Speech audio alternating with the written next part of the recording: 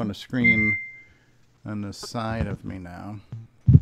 Ooh, there's 8 people waiting. Okay. Multi-count or multiverse.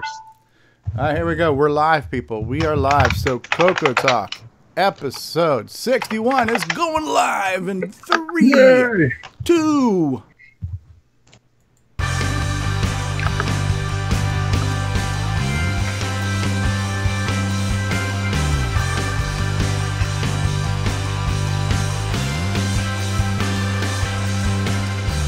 This is CoCoTALK, the world's leading live talk show featuring the Tandy Color computer. Streaming live on YouTube and Roku, available as a podcast and enjoyed the world over. And now, here's your host. Good afternoon, everybody. I am your host, Greg Lightman, and welcome to episode 61 of CoCoTALK. Can you guys hear me? You just tapped your head there, Jason. Are you good? Are you good? Or are you just checking to see if you're hollow? Okay. I'm just trying to knock some sense into himself. That's all. Yeah. Hasn't worked yet. Welcome to episode 61, everybody, of CoCoTALK. I'm your host, Stevie Stroh. We've got a wonderful panel of quasi-talented individuals with us here today. Questionably talented individuals. Starting with the most questionable, Jason, the Coco Man Reighard. Although I do believe there is some talent goes into those cables of his. But welcome to the show, Jason. Hey, everybody. Just making more cables. Making cables. One of the ones that nobody can dispute the level of talent as well as beauty. Greg is with us on the show. Grant Leighty, welcome to the program, Grant. Hey, how's it going, guys? We're going good. One of the most talented beards in the industry, Mr. Ron Delvaux. How you doing? How you doing? All right. One of the most Canadian people on our show this week, Curtis Boyle's with us. Hey, Curtis. Good afternoon, eh? Hey, how's it going? Beauty, eh? We've got Mark D. Overholser, who continues to tempt fate by having an apple in the background on a CoCo show. The computing gods will, at one point in time, strike you down. Oh, there's your CoCo. All right, so you're balancing it off with a CoCo. He just has to hold it there for the whole show. Yeah. In front of the apple. There. Right. And don't forget to hook it up to the screen, too. So. Better yet. International celebrity and creator of many fine... Awesome. Wow, what the hell's going on there? But creator of many fine CoCo products, Mr. Rick Adams was with us on the program. Hello, Rick. Hello. Welcome. From Minnesota, where we have many thunderstorms, so I may be breaking up. All right. Well, we're pleased to have you with us. Last, but certainly not least, he claims to be Australian, although his accent leaves a lot to be desired. We have Nick Marentes with us. Good day, Nick. G'day, everyone. From down under. From down under.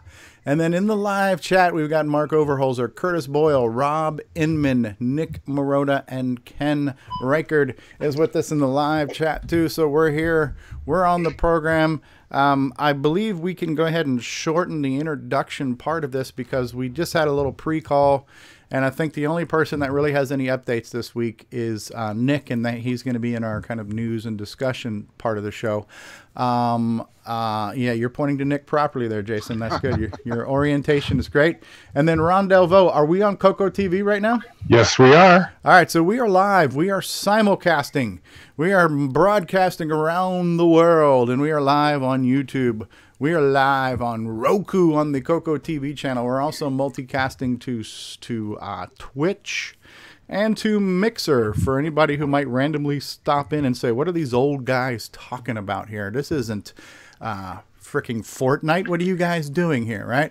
Tom C. is with us here, and Tom C. is one of our newest patrons of the show, too. I've updated the scroll down here to include all of our patrons. We've got so many patrons right now that I can afford to buy dinner. Yeah, but no, all of the money goes right back into the quality of the show, and you can just see it and hear it. The show screams. Boy, is that money poorly spent if that's factored in the quality of the show. The show screams production value. Throwing good money after bad. Budget. If there's nothing that you don't think about this show, it's the budget. Our first cat's trying to make an appearance here. And then Nick says, "Is that with upsized fries?" That's right. We're getting extra. Oh, here's our first cat. Okay, there's Siamese CoCo cat. Jason, you got your cat with you? He's not present at the moment. Okay. I'm sure he'll stop by sometime. Mine's in the kitchen hiding Mine behind is something. down at my feet. I'm kind of petting him with my feet right now, and he's kind of happy with that at the moment. So I'm multitasking here. Hello, kitty cat. Meow. All right. He's a bit freaked out from the construction, so. It's another good week. Why don't I start off by sharing some before we get into the news, because I already feel like we should be rolling the credits at this point. But let's look at a number that I'm going to share with you guys, and then because last week we talked about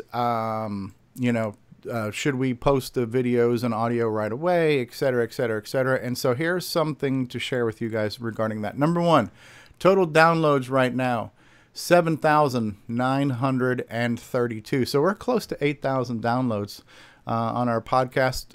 So I would say that's pretty good. And then now, is that video and audio for this last week, or is that? This is all times, all downloads. This is lifetime. Okay. That includes both video and audio for the last week, then? No, that's lifetime. That's 7,900. Yeah, but that includes the video ones from this last week. Yes. Yeah. Okay. Yeah. Yes. I didn't know if it kept them separate. Now, let's look at some numbers, and I put this together. So last week's show, how many views did we get on YouTube? We got 153 views. That's pretty average, right? But look at these numbers here. The audio download was 75. The video download was 82, and I took these around 9:10 this morning, so these numbers might be a little bit higher than that. But when you add all of these up, and I used this thing that we call math, and to be sure my math was right, I actually used this other thing called a calculator, because my math sucks.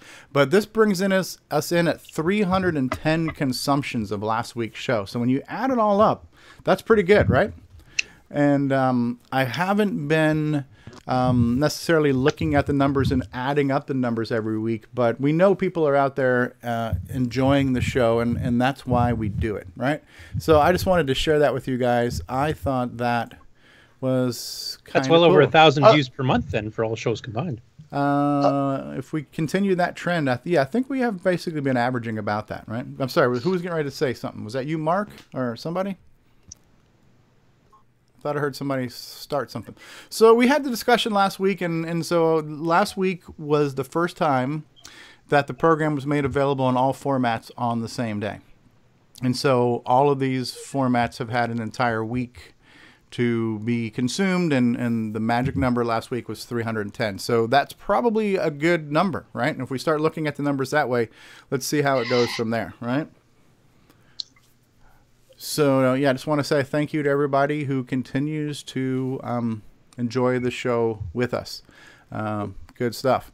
What else is going on in the world this week? I know nobody's got a project update, but... I have a small one I can just mention. I actually did get to work on the Alpha 4, so I've installed a couple of new games to it, and I've fixed one bug with G-Shell, where if you're trying to run a packed basic 9 program right from the commands directory as opposed from an AIF with an icon, everything else, it would screw up constantly. That's been fixed. And I did a couple other minor tweaks, and I'm starting to plan out some of the big changes I plan to be doing here before the Alpha 4 gets released. And Bill told me he's almost got the 6809 graph driv trying to map itself into the system map, which can take 16K now, which means you have to reduce your boot file, take a bunch of window descriptors out and a bunch of things out to even get it to work. He's pretty close to getting that working, so Alpha 4, we're planning on having that too, and that means both the 609 and 69 versions will be back on par. We'll have all the same drivers in both. Okay, let me interrupt you there for 1 second. Number one, when you say Bill, for those who don't know, we're talking about Bill Noble, his partner in crime, co-creators of the original Nitrous 9. Now, explain to me this graph driv thing again, and what you just said. Is that a good thing? Is that a bad thing? Yeah, Are we it's saving a good thing. Resources? When we did Nitrous 9, the original version, the commercial version, was 609 only. And you can make the code a lot smaller. Like a hardware divide instruction takes like a couple of bytes, and the hard divide routine takes like a couple hundred bytes if you want to do it properly. So we were managing to add features and keep the size 8K or less, because that's what GraphDriv normally takes. And the way the system does its loading, when it goes to load GraphDriv, the whole rest of the operating system is already loaded, and the system map, which is just all the system modules, the actual operating system itself, and it tries to load GraphDriv in to that system map too, and then it forks it off onto its own separate area, so that all the graphics subsystem has its own 64K to work with. Now, what happened is when they backported Nitrous 9 to 6809, of course, the size increased because all these nice 639 instructions weren't being used, and it went over 8K.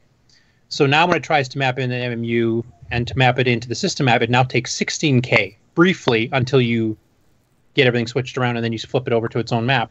The problem is if your OS9 boot file's average sized, I would say, like if you have a few, like a floppy controller and a hard drive controller, maybe an STC, some serial stuff, you don't have enough room to do that, and it would actually just crash on boot. David discovered this when we were trying to make the first EOU. So basically what happened is we had to strip some window descriptors out and strip out some extra drive descriptors out and some other things to make the room so that it could actually load GraphDriv and actually finish booting. But that's like a pretty bad bug, because that means you're severely limited on 6809. You can't put in like, RS-232 drivers or anything fancy. So Bill's been working on a method that we both came up with, changing the whole way it loads in and maps itself. And he says he's got it basically working. He's got some cleanup stuff to do and some more testing to do, but it sounds like we will have that solved by the next release. Okay. And so Does that help? And so this was mostly a limitation because the CoCo 1 and 2 historically have only had 64K of RAM. And so it would possibly become a showstopper getting everything loaded up front? No, this is level 2. So this is the CoCo 3. Oh, still level. Okay. Oh, so it's really just a 6809 thing and not a... Yeah, well, Okay. indirectly related. It's basically that the graphics driver for 6809 is now over 8K. It's like 80... I can't remember the exact sizes, but it's over 8K. So it takes 2 MMU blocks. Okay. And the 609 was still only 1 MMU block. Okay. And the way the system tries to load, it tries to preload it into the system. This is after OS9 boot's booted, and your process descriptors and system RAM and everything else is already all set up, and you don't have that much extra room to fiddle with. And it only needs it temporarily, just enough to load itself, and then it puts itself off into its own map and actually frees up some RAM in your system task, which is the main operating system itself. And the problem was in the 6809, it had got big enough, it now takes 16K to load it, and that was too much. Okay. And basically, the only options were either try to shrink GraphDriv back down, which means lose some of the extra features we added, or come up with a different method. And that's what Bill and I have been doing. Well, Bill's been doing it. I just helped him come up with the idea.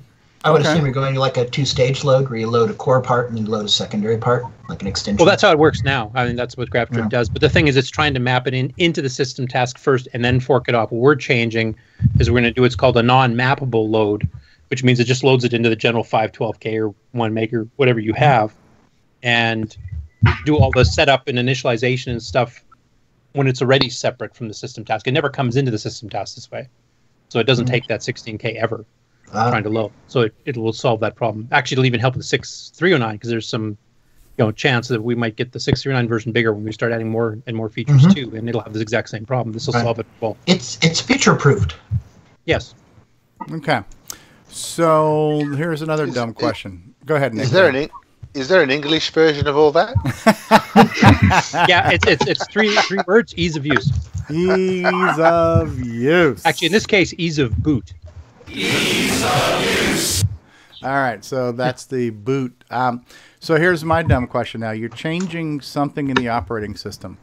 And is OS 9 designed in such a way to where a change like this, is there any ripple effect where applications might have issues? And of course, I'm thinking about a more complex... Not in this case. Okay. Oh, darn. He's asking the hard questions. Something like Windows, every time when Microsoft makes a change, it screws up everything. But that's a big beast. Windows is a big beast of an operating system. Yeah. So there are changes that have been done in H9 that do cause problems. The one where they've got the right mouse button so you can clear through your windows means any game that's trying to play the second mouse button or joystick button can never see it because it's been hijacked by the operating system and changes Windows instead.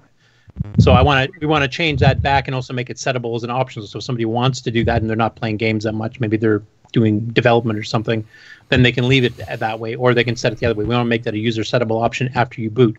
Right now, you have to make the boot file specifically. Do you want the right mouse button to be a regular right mouse button, or do you want it to switch windows? So, I mean, there are changes that have been done and other changes that will be done that will affect other programs. We have to try to make them as backwards compatible as possible. But this is part of the whole loading the system in boot. which the user doesn't interact with or change in any way, shape, or right. form. So in this case, no, it won't affect any other programs. Once it's all finished, it looks exactly the same as it does now. Okay. All right, so there's just a lot of things going on to make and maintain an operating system, you know, and it's like all these things, you know, even though it's nowhere near as big as something like Windows or Mac OS, it still has all the same components. It's got a kernel, it's got a user interface, it's got drivers, and so the whole concept of an OS is kind of the same on all platforms, right? So yeah, basically an OS is a hardware abstraction layer, so you don't talk about it directly. At least user programs don't have to. It's not like the old DOS days where if you got Castle Wolfenstein, you wanted to play sound through sound card, you had to pick specifically which sound card you were doing. Mm-hmm. You know, do I have a Sound Blaster? Do I have a Disney Sound Source? Do I have an ad lib? Do I have this PC speaker? And you had to write everything. You had to write the drivers in the game itself to handle every single one of those things. And if you got a new piece of hardware came out and you didn't write a driver, sorry, not working. Right. So the whole point is abstracting it out so that you make a call to a sound API call and it talks to the driver. Right. And that way your user programs don't need to worry about all this crap. Right. No, that sounds cool. That sounds good. All right, so I'm hearing some background noise from somewhere. I don't know if there's only two other people who keep lighting up, and it's Mark and it's Ron. So is either one of you got background noise going on in there? Because I heard a lot of it while Curtis was talking. Okay. All right, well, we'll figure it out. We'll get to that was probably them snoring. That's okay. Yeah, I don't think there's any noise here, but all right. Oh, we're talking about OS 9. I hear it again. It's OS 9 talk, everybody. OS 9, driver, RS-232. Here's your Ambien. PPL, scripter, kernel load. All right. Drive wire. Okay, so this will be a short introduction segment here. We've only been at this about 15 minutes, so not bad. All right, so let's do real quick. Let's say hi to our sponsors. We'll run a commercial. I got some bonus content now to show off. I know this is last minute. I was kind of half joking about it in our Discord chat, but maybe this is a good on-air discussion, and maybe we can have some of the people watching us, 19 of you right now, maybe chime in on the idea of coming up with topics for the show. Do you guys think this is worth spending a few minutes on the air to talk about show topics and maybe some suggestions for coming up with show topics? Okay. All right. So we're going to let's go ahead and take a quick look at our sponsors.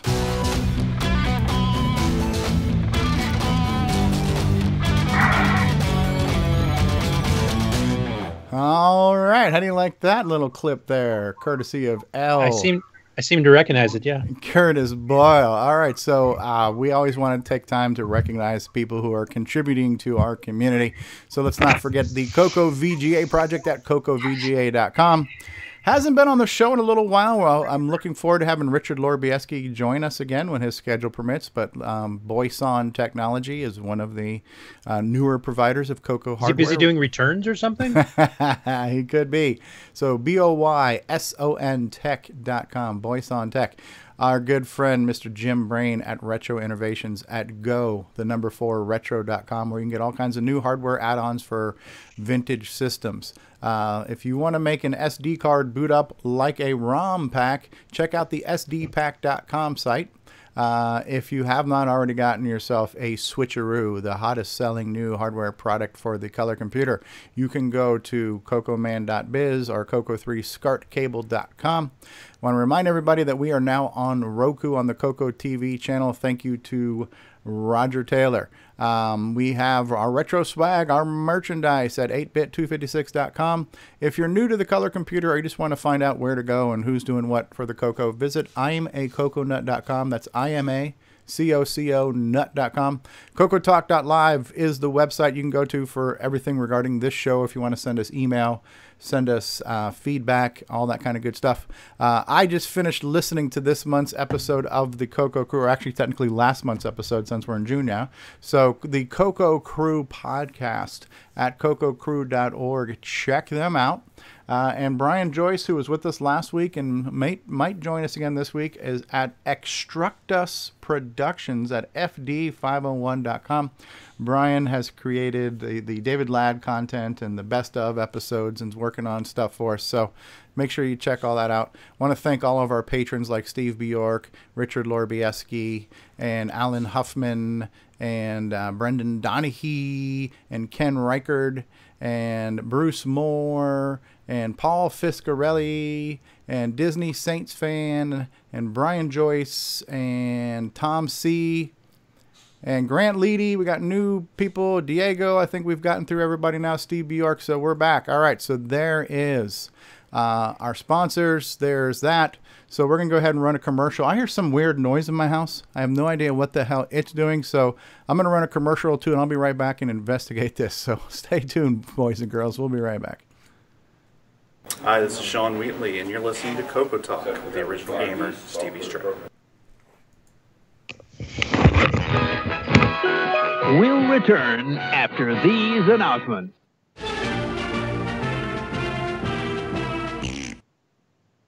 My fellow Americans, Australians, Canadians, Europeans, and all of you ants, I'm calling on all y'all to help us make the world great again by visiting the Retro Swag Shop at 8bit256.com, where you can get yourself a coffee mug like this with a little cute cartoon character that says, I'm a cocoa nut. You could also get yourself a coffee mug like this with a Color Computer 3 that says, I'm a cocoa nut. You could get yourself a deluxe travel mug like this with the CoCoTALK logo on it. You might even be able to get yourself a DVD like this with over 2 hours of gameplay goodness. It is time for us to rise up and make the world great again by enjoying some quality retro merchandise and CoCo nostalgia. So please visit 8bit256.com and let's make the world great for the color computer. Thank you very much. CoCo 2, c'est le coq champion, des micros et donne le pion. Pour le jeu, il est pas bavard, les études, c'est pas bizarre. L'expansion, il adore ça, les commandes, tu vas voir ça. Notre CoCo est programmable, pour tes cours, c'est bien serviable. CoCo 2 de Radio Chaton, l'affaire est dans le sac. Un ordinateur couleur qui a de la personnalité. Le CoCo 2 de Radio Shack. En solde pour Noël à partir de 149,95. CoCo 2 de Radio Chaton, l'affaire est dans le sac, c'est toi et CoCo 2. Make sure you run out and get yourself one of them there Coco Doos at Radio Shack. So La Coco Doo. La Coco Doo. Blah, blah, blah, blah, blah, blah. La Coco Doo. Welcome to Quebec, Nick Marotta says. So, yeah. Yeah, so if anybody wants to train, Jim Brain saying, great, now I need to be bilingual. Actually, in his case, unilingual would be a nice improvement. If somebody, Nick Marotta, if you would like to translate that for us, and we can get some, we'll put some captions on the bottom, some closed captions. Closed captioning. So, do we want to open up a discussion topic of coming up with discussion topics for the show? So this may come as a surprise to many of you who watch this program, but I would say probably 85% of the time we do the show, I have no idea what we're going to talk about leading up to the last 5 minutes before the show starts. So a lot of times we just kind of wing it. There, spoiler alert. So now, and it goes on for 3 hours. And it goes on for 3 hours. So, but yeah, there are times where we have a planned guest. Red Jim says a show topic. To come up with show topics is very Inception-ish. Okay, so hey, Fedor has just joined us from Denmark. So there are times where we have a planned episode where we say so-and-so is going to be on the show. A great example of that was when we had Errata Online. You know, there's certain times where we do have a planned topic. And there are a lot of days where we literally just we just freeform it. And it is a talk show, and we just kind of talk. And usually it doesn't suck, and that's fine. And so, and one of the things I had suggested in the past, and I do want to give props to the CoCo Crew podcast. If you listen to the CoCo Crew podcast this month, when they went through the news segment, did anybody notice how they did the news segment this month? They actually changed up who was announcing each of the stories, which was nice. Yes. And breaks it up. Yep. Yeah, I thought that was kind of cool. And so I had come up with a similar idea where I said, all right, here's a spreadsheet. Let's all come up with things and put down who wants to talk about it. So, for example, like if Mark Overholser came up with something he thought was interesting, then, you know, maybe he should be the best person to talk about it because he's the one who's most passionate about it. And I think that works pretty well. I did listen to the Retro Computing Roundtable once, and you had different people talking about the things that interest them. And so that seems to be that's the best person, the one who knows about it or who's interested or passionate about it. That should be the best person to talk about that. So I had kind of pitched that idea. I don't think we have necessarily completely latched on to that. But as much as the show is a balance of structure and chaos and chaos, and you know, I'm open to ideas on what we can do to, you know, be better prepared and better planned for other shows. And it's, you know, this is open not only to us who are on the panel, but to everybody who watches the show, right? And so we do mention, hey, we've got an email, send us feedback, send us a suggestion, send us a show topic. We ask for it. Sometimes we get it, you know, but I find for myself a lot of times, because my schedule's so crazy, at, you know, maybe an hour or two before we go live, I'm digging up things off of Facebook or somewhere to have something to talk about. So I'm going to shut up now, but I'm very open to anybody else having some suggestions on what can we do to raise the bar on, you know, bringing more content and stuff to the show. Yeah, I think there's two separate things there. One is we need the stories. Anybody can do that if they see something interesting on Facebook or YouTube or the CoCo list or whatever, that they can just send us an email or a link or, you know, or whatever, and they can do that through Discord, through email, you know, whatever. That's one thing, is to get more stories in ahead of time.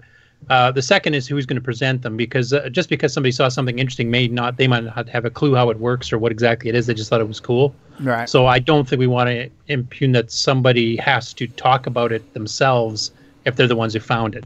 Mm-hmm. I mean, in certain cases that works, and sometimes we'll actually get the person that created the post or whatever is of interest to actually talk about it themselves, like Nick will be doing later. Right.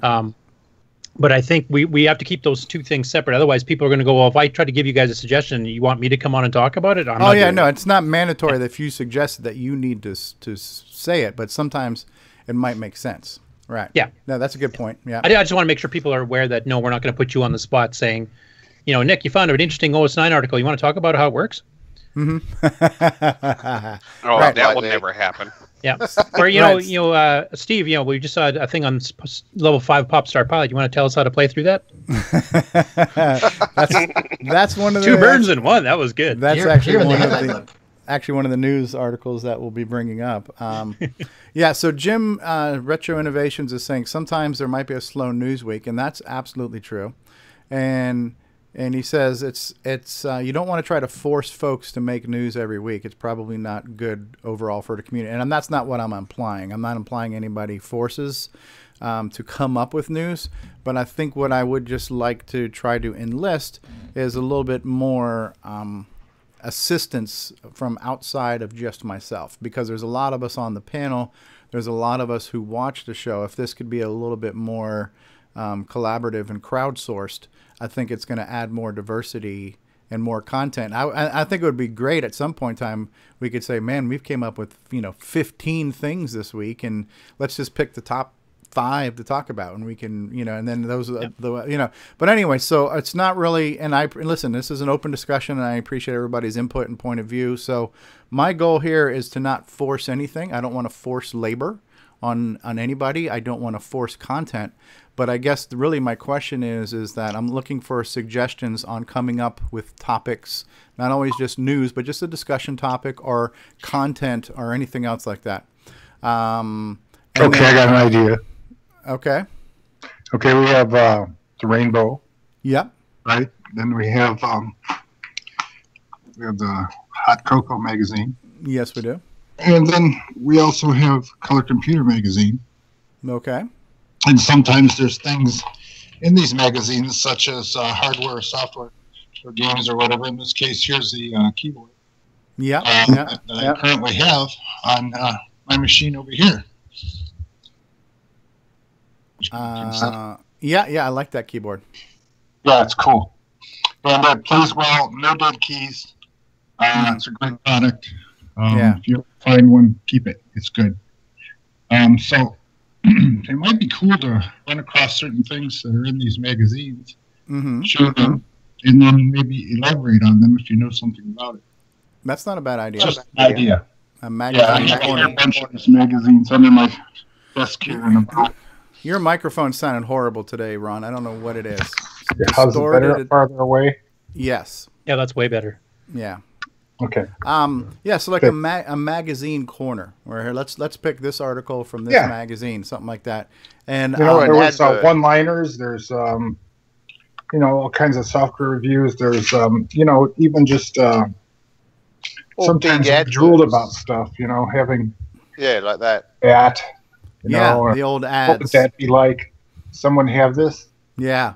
Yeah, and I love how Mike Rowan does commercials like that for the CoCo Crew podcast, where he'll do a commercial for the JNN controller, things like that. Yeah, no, that's not a bad idea. Cool. Now you could scan ads and show them on the screen, and we all talk about it. Yeah. So it'd be helpful too if we have the PDF version of that. So what I show on the screen is very clear.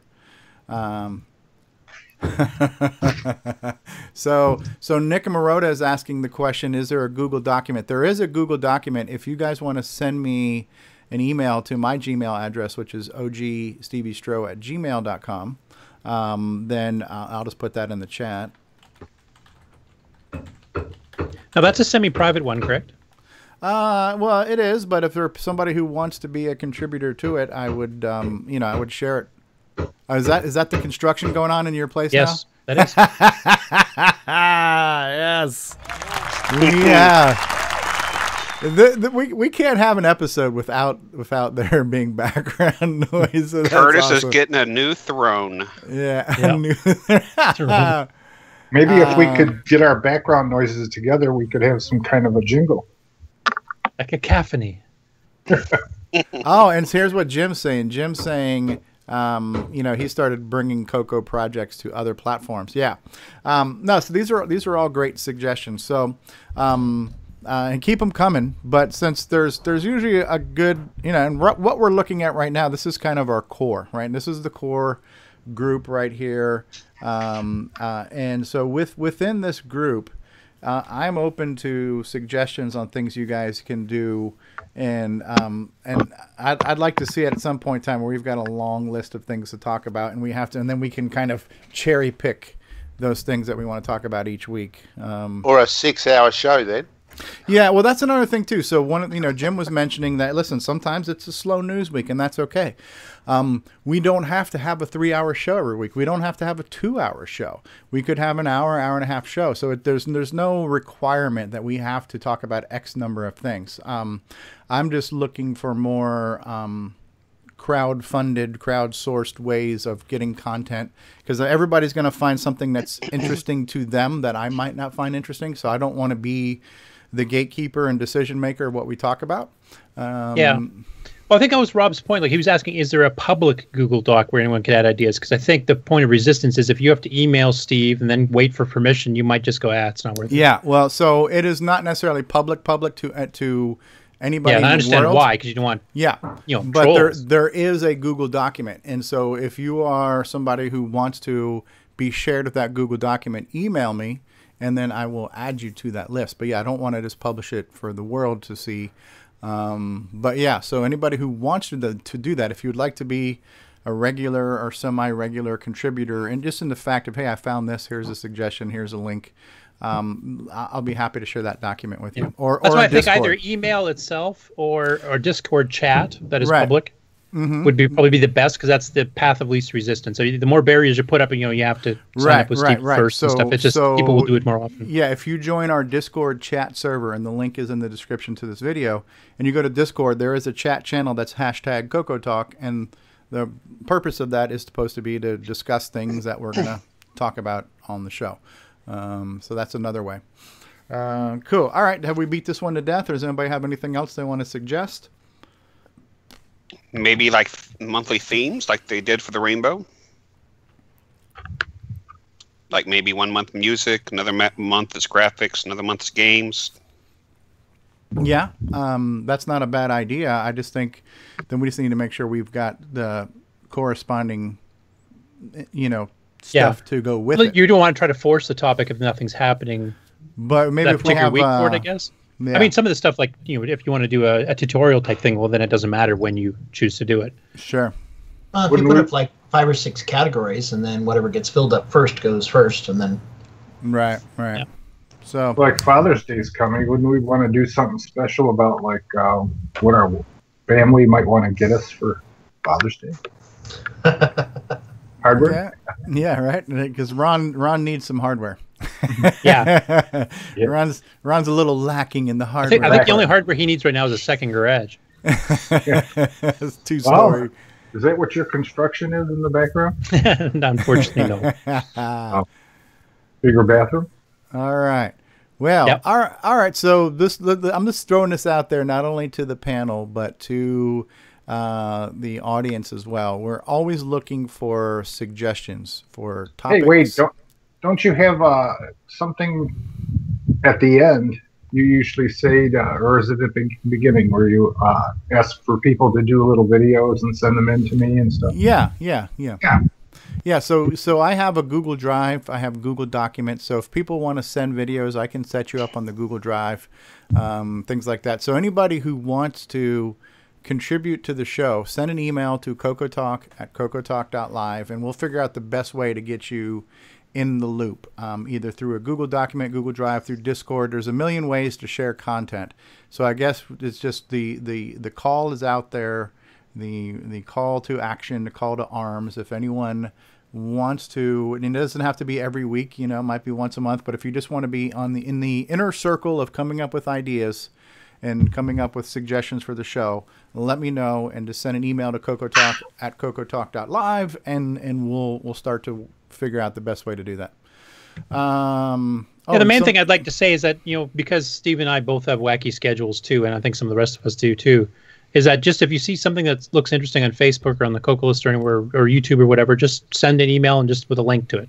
Yeah. Like you don't have to make a video, you don't have to get any explicit details about it, but just to save us the time of trying to find the stories at the last minute. Right. And I actually was able to come up with a pretty good list. And now and I even thought about this because, it's been a while since this has happened. And sometimes I hear things and I take it with a grain of salt.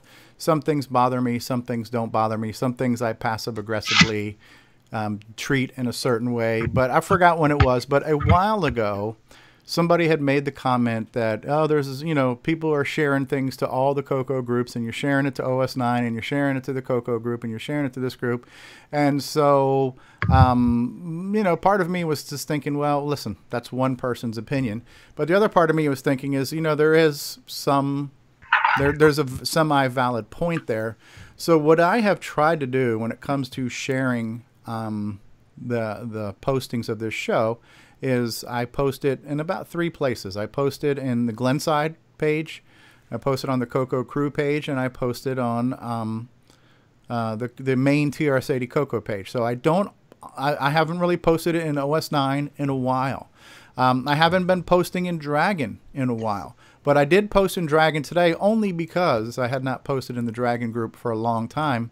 But then I realized, listen, there's an open invitation. There's always been an open invitation. Anybody who wants to come on the show, you're invited. And so maybe we don't always say it in those many words, but this is a show for the community. So anybody who wants to come on, you have that invitation. And to come on, all you do is call us on Skype. And the Skype address is actually now in the description. You just search for CoCoTalk at CoCoTalk.live. And so I've invited people from the MC10 community to come on, and Jim Gerrie has come on. I've invited people from the Dragon community to come on, and we've had Karen come on. We've had a few people.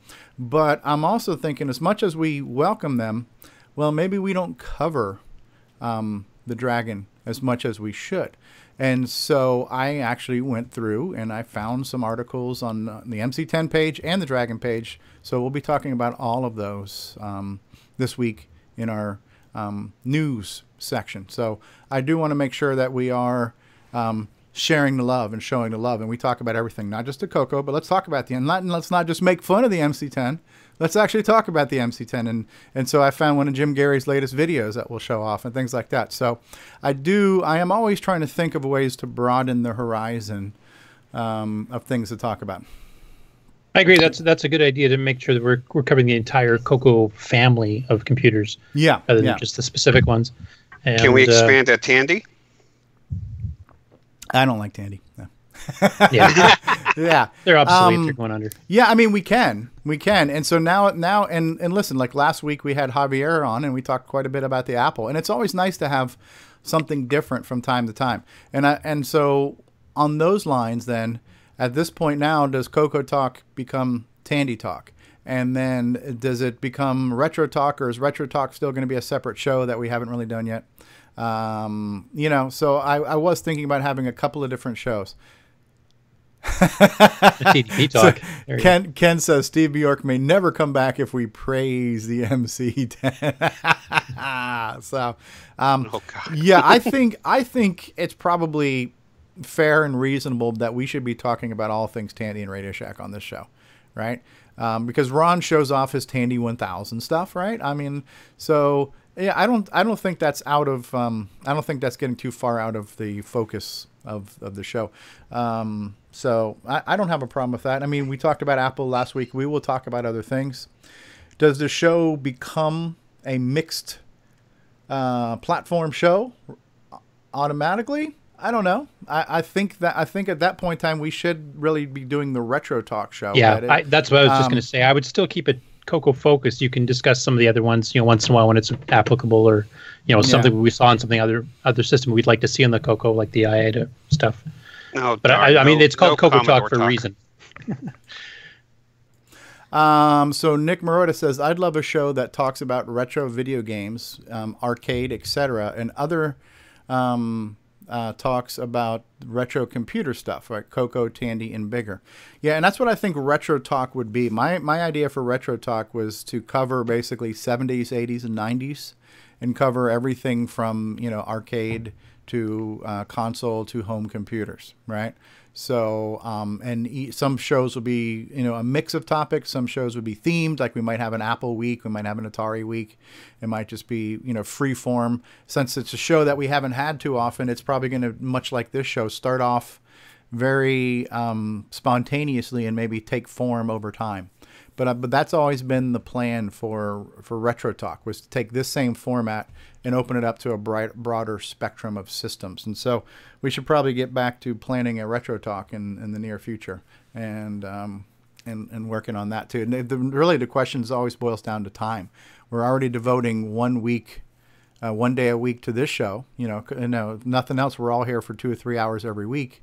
That's a time commitment. So now who's got more time to commit to another show? But you know, I'm open to it, but I'm also finding myself struggling for time. What the hell are you doing here now, Ron? You're giving me a seizure. Okay. One thing about Retro Talk. It's called a billboard, and you know, it's on my Model 1. And if you ever wanted to like send messages to somebody while you're talking on the show, I could say, please call an ambulance. I'm sick. Oh, jeez. It becomes our teletype. Sorry about that, Mark Overholser. What were you going to say about Retro Talk? Oh, I was going to say Retro Talk would definitely reach a larger audience, and I don't think there's anything like that happening in the Apple side or even the Commodore. I mean, yeah, I know we joke about this show being a train wreck, you know, and it's a fun show.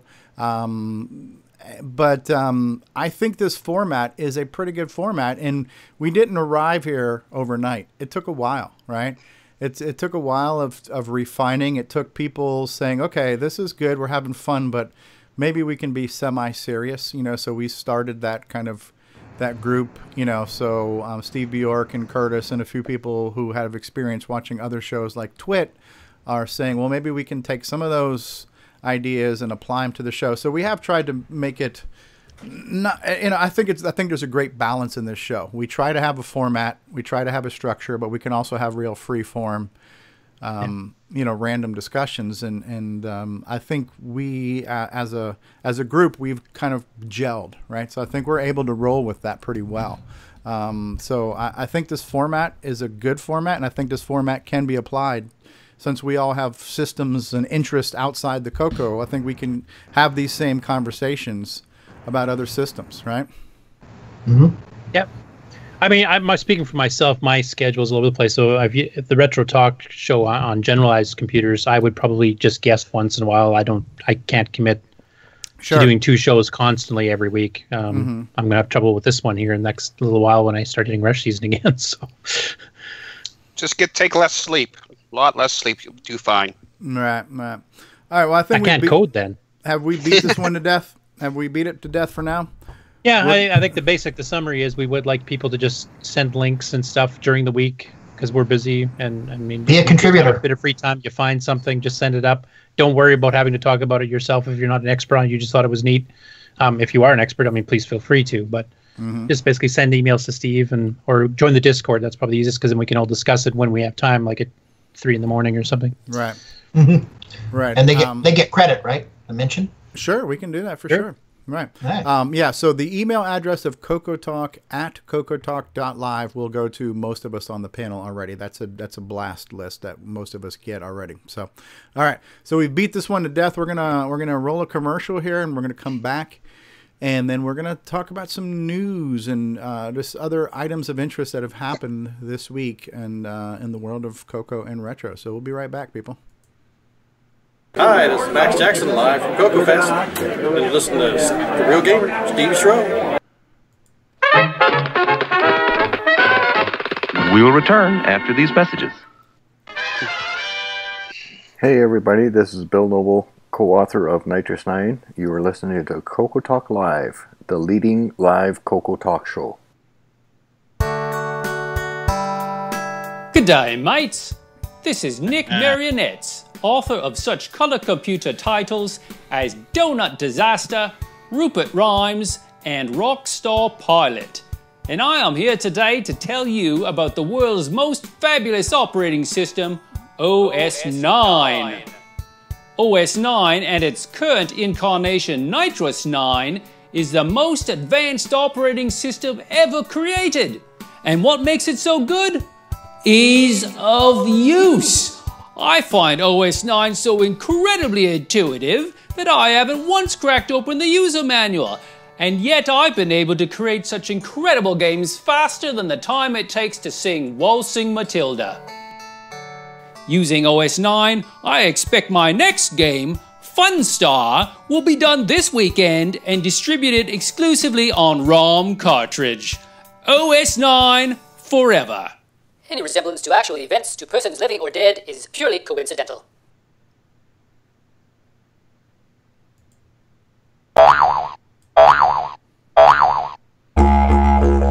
Switcheroo, the RGB to SCART solution for the Color Computer 3. Use your CoCo with a modern display. Go from RGB to composite with just the flip of a switch. The Switcheroo, Australian for RGB to SCART cable. CoCo3SCARTcable.com. All right, well, we're back, and we are here with some news. So, let's do that, shall we? And why is this small? I don't know.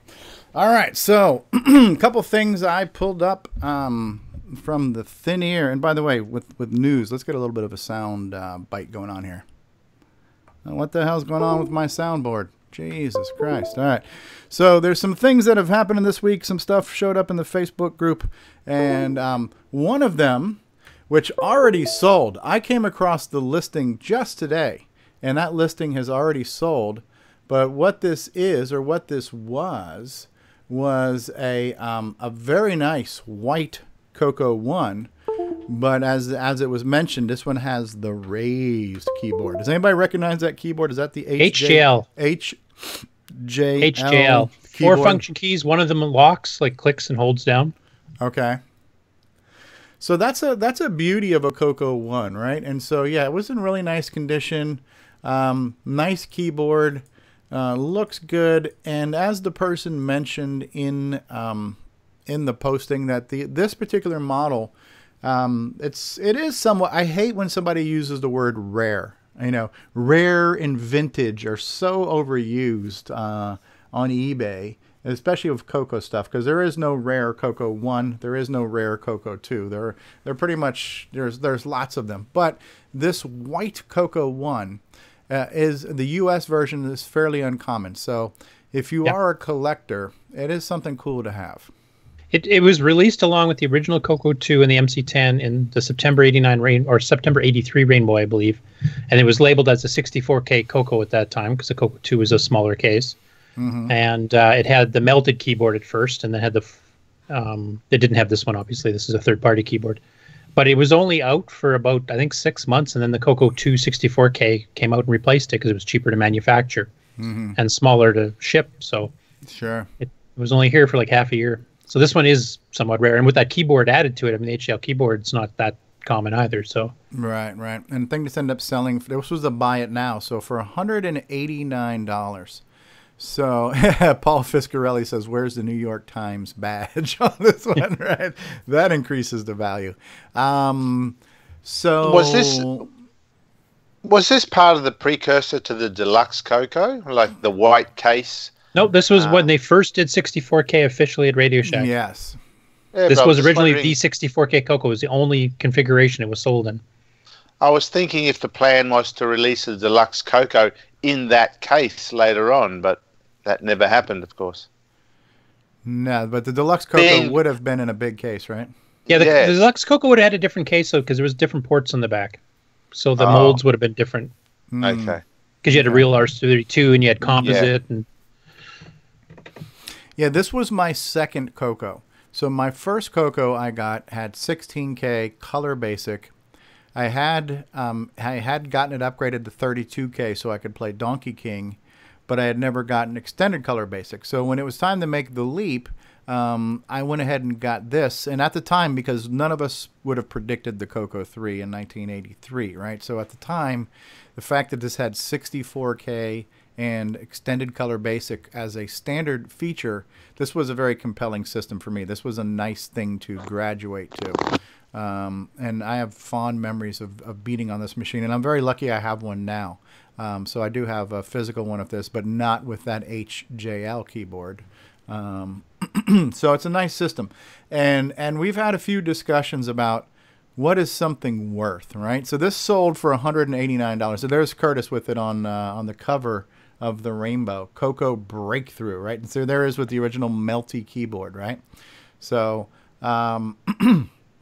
you're muted. The same time OS 9 was released too. Right, because this was the machine to run OS 9 on, right? Because OS 9 level 1 required 64K, and they needed to have a 64K machine to do it. Yeah, I mean, it's a beauty of a machine. And honestly, for me, I was not that savvy on the differences in hardware. And so I was maybe, 15, 16 at the time. So I naively compared this to the CoCo 2.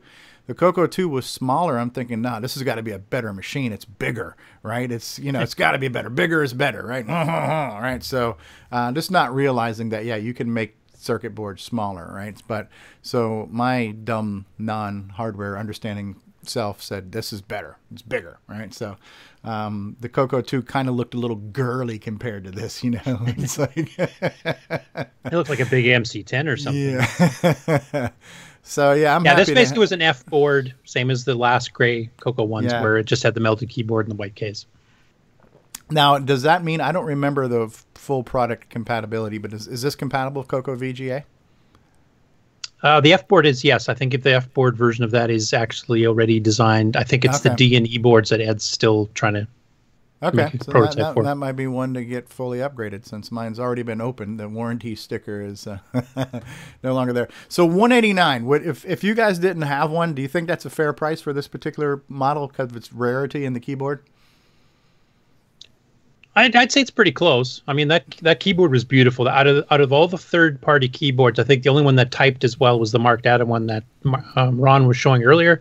But this one had the function keys and the locking function key, which was unique to it as far as I remember. Because you could use it as a caps lock and actually click it down. It would stay down, and you'd have constant caps, and then you'd click it off. And yeah, you could use it as a caps lock. Okay. Or rapid fire, maybe. All right. I mean, I think most of us here on the panel, we're at the point now where we've got more than a few CoCos. So maybe we would not have jumped at this, but do you think this was a decent price? Ron, you're shaking your head. I'm not sure if you're saying yes or no. Ron, you got too much crap. That's your problem. You're muted. You're muted. Okay. All right. So not a good price for you, Ron? You're muted again. Oh, there you go. I keep muting myself because I don't want any background noise. Okay. Because I know it sets you and everybody else in this spin. But anyway, no, see, I have my keyboard on my CoCo, and I'm happy and everything. And now I see all these prices. I feel, geez, it's just going up and up and up, over time. And 10 years from now, what are these things going to be worth? I wonder. 20 years from now? Yeah, it does make you wonder, right? It sounds like a line to a Led Zeppelin song, too. Yeah. Hum a bar. But it's sold, right? So I came across the listing today, and it sold today. So I'm not sure how long it was out there, but somebody bought it. If I didn't have one, and I didn't already have, a dozen CoCos, and I had the money, I would have jumped on this myself because it would be nice to have. I thought maybe you were going to say you did it. You got it. No, oh, my wife would absolutely kill me. This would be this would be the divorce. This would be Exhibit A at the divorce filings. You know what I mean? Grant Leighty will be carrying the show from now on. I see my husband's addiction has gotten way out of control. Yeah. No, I know. I like the machine in general. I think a white CoCo 1 is very easily worth $100 to $150 as is, without a fancy keyboard. So how about a yellow? This is 64K too, so that's already upgraded. Yep. So how about a yellow one? A yellow one, yeah. Go ahead. Again, Mark. 6 months. I mean, they're only out 6 months. Yeah. In the big scheme of things, very narrow window. Yeah. Now, this same product, though, was called the CoCo 2 in Australia. So our UK. Somewhere there's this same form factor, but it's called the Color Computer 2, and we've seen pictures of those. So in the United States, it's very rare, but there might be some EU versions of this that are out there. All right. So we beat this one to death? Talked about that one? I think it's cool. I'm happy for whoever got it. All right. So another article that came across on Facebook this week is a friend of the show, Paul Thayer, is showing off a picture, and the caption is this: "I didn't expect it to get this far so quickly. Map editor under dev." So he's got a map editor for one of his games. I don't know if this is for Downland 2. It might be based on the tiles down here. Okay. So this is the map editor for Downland 2, and I have not looked at his blog yet, but he has mentioned that he's going to be updating his blog because he's already found ways to reduce cycles on compiling sprites and rendering stuff to the screen. So that's kind of cool, and I guess that becomes a necessary component of developing a game, or a way to simplify development is to come up with a level editor or a map editor, right? Because didn't you do this for Popstar Pilot, Nick? You had a way to... yes. Yeah. Mr. James Diffendaffers here. Hey, Jim, in your honor, we have a train noise. All right. So Jim couldn't be here today, so on the call audibly. So we've got some train background noise for Jim. So Jim says the HGL keyboard felt more like a typewriter keyboard, and that he said he sold a white CoCo 1 for $75. That's a good deal to whoever got that. So this is kind of cool to see a peek behind the curtain when somebody's working on something and see what they're, you have to develop your own tools sometimes too, right? So that's kind of cool. I'm looking forward to seeing what Downland 2 is going to look like. I'm excited about this. This is some pictures that Ed Snider posted, and this is looking like he's got a bunch of parts here to start making the new 4-pack MPI. With sound chips and serial chips. So last week he was showing off some serial speed demos on Facebook where he could do serial transmissions, RS-232, at mega awesome speeds, right? And he was showing how he could bring information over serial port into the memory card of the game module, sound, whatever, what is this called? PSG, Programmable Sound Generator, right? So I get these acronyms confused. So he pulled the music off of the serial port at blistering fast speeds, loaded into the memory of his sound generator, and then played music off of that. So Ed's really just pushing the envelopes, you know, bending the rules of time and space here with how fast he can transmit things over RS-232. And I know a lot of people are excited about a 4-port multi-pack, although there are some people who 4 ports aren't even going to be enough. And so, hi, David Ladd. And for those of you, then we've got Jim Brain's Retro Innovations 8-slot CoCo expander that can actually go to 16. So this one goes to 11. So yeah, so I think a lot of people are looking forward to that. Although I think most people, most sane, normal people say, yeah, who needs more than 2 slots? I got my CoCo SDC, I got my whatever else I need. 2 slots is probably good enough, right? So, but there are those there will never be enough slots. Yeah. So the thing with this is though, this actually is almost equivalent of more than 4 slots because it's got the serial chips built in and it's got the sound chips built in. So that would have been 2 slots normally. Right. So that's and you've got 4 like, extra slots now for floppy drives and hard drives and CoCo SDCs and whatever else. True. So this almost was like a 6-slot with 2 slots pre-populated, right? Yeah. So, yeah. Actually, I think he even mentions in his comments there, Ed himself, that the sound chip is mapped as if it's on a slot 5 with a hardware setup. Okay. So you're exactly right. There you go. Pre-populated. All right. So that's kind of cool. So for those of you who have not seen that and you're not part of the Facebook group for whatever reason, there you have it. Now, here we go, our very own Nick Marentes. Should I go ahead and play this video clip of yours? Yeah, might as well. All right. Okay, this is just a demo, just to prove that it works. This is what we were trying to do last week. Yep. That's right. That's right. Frogger. Ooh. So, yeah, I just transcribed the notes directly. And there's 2 parts to this demo. It's the song. The first part is the song with two channels, and then I play it again with 3 channels. I'll explain when it's done. Oh, that sounded really good though. Low frequency tones. I like that. This is the 3-voice one? Yeah, I'll explain when it's done. Okay.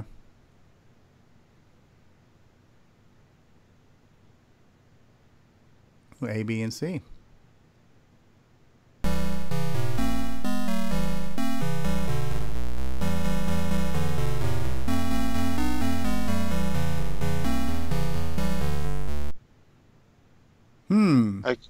Okay, so it was 2 voices. So you had a whatever it's called, the bass. I don't know all the music terminologies, but there was the main melody track and just the bass track or whatever on the first part. So it was 2 voices being played at once. The second part was just copying the melody track, but offsetting the sound by 2 notes.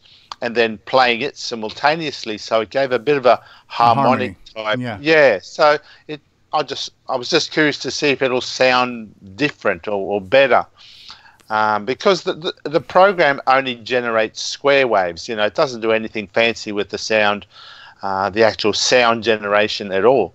And I thought, well, is there a way to make it sound a bit more than just square waves? And that was the idea of the harmonics. Okay. That will be a function that I'll add into the program so that it's easier to do that. So if you want to create that harmonic track, there'll be an option in the menu to select, create a harmonic track, or a second track, a copy of the current pattern, but offset to a variable value. You can offset the notes by 1 or 5 or whatever.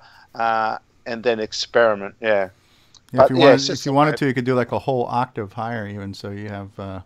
Well, the program only supports up to 4 octaves. That's as fast as I could write the code. Okay. So it'll only handle up to 4. I would have liked an extra octave or 2, but yeah, this is it's totally software. So the CPU is doing everything, and to create not only the square waves, but also the envelope and everything else. It was, just a little bit tight trying to get a 5 or 6 octave.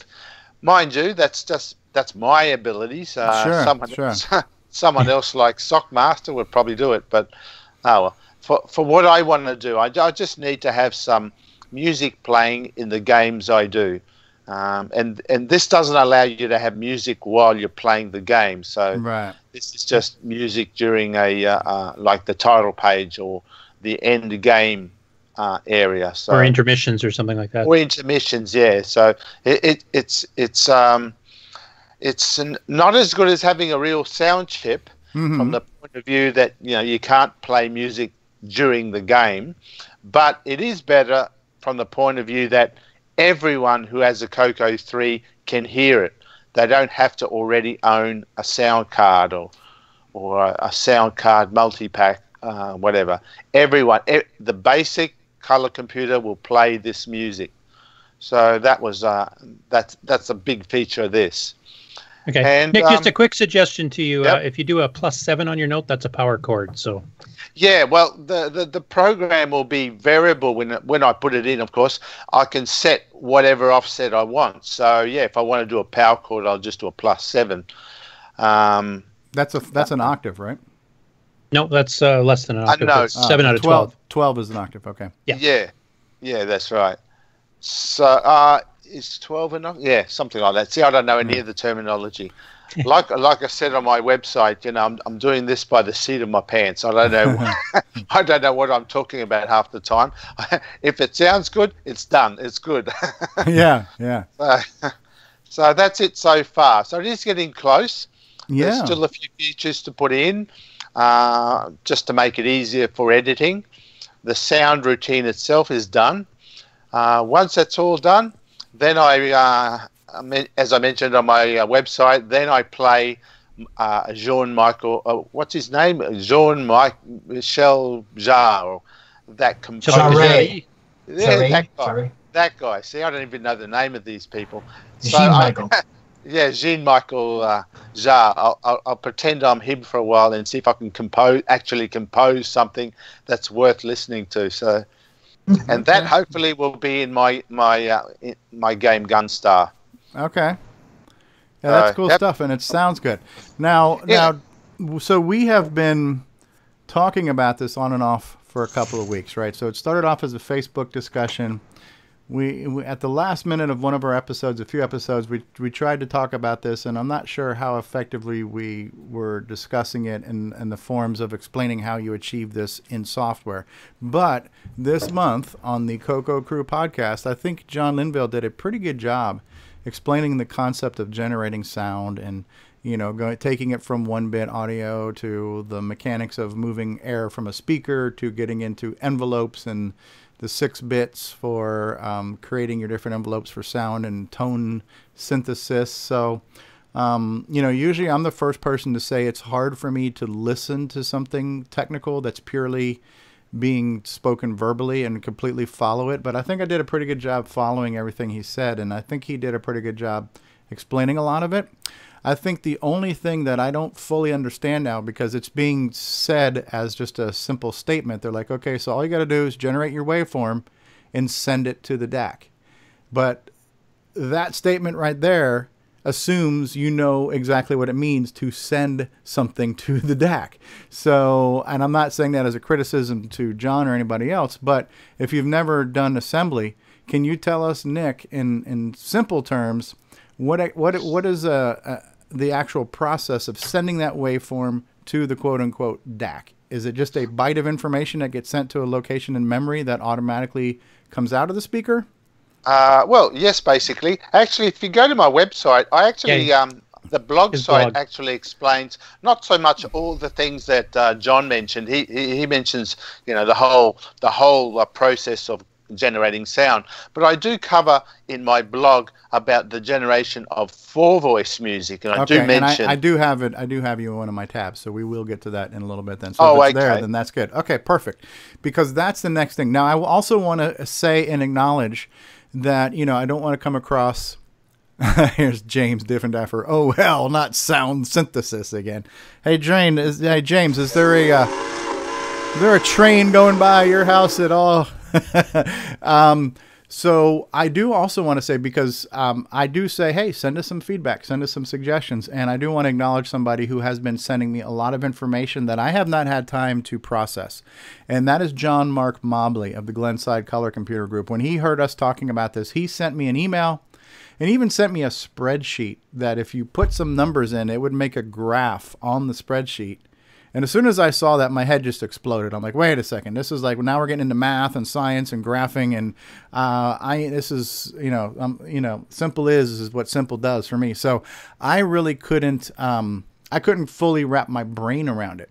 And then he also sent me another little program in BASIC that showed you how to poke a certain value to a particular address for the DAC to output sound in a semi-assembly fashion. So John has sent me a few things, and I do want to try to, maybe later this weekend, sit down and digest those and show them off and give him credit for doing that.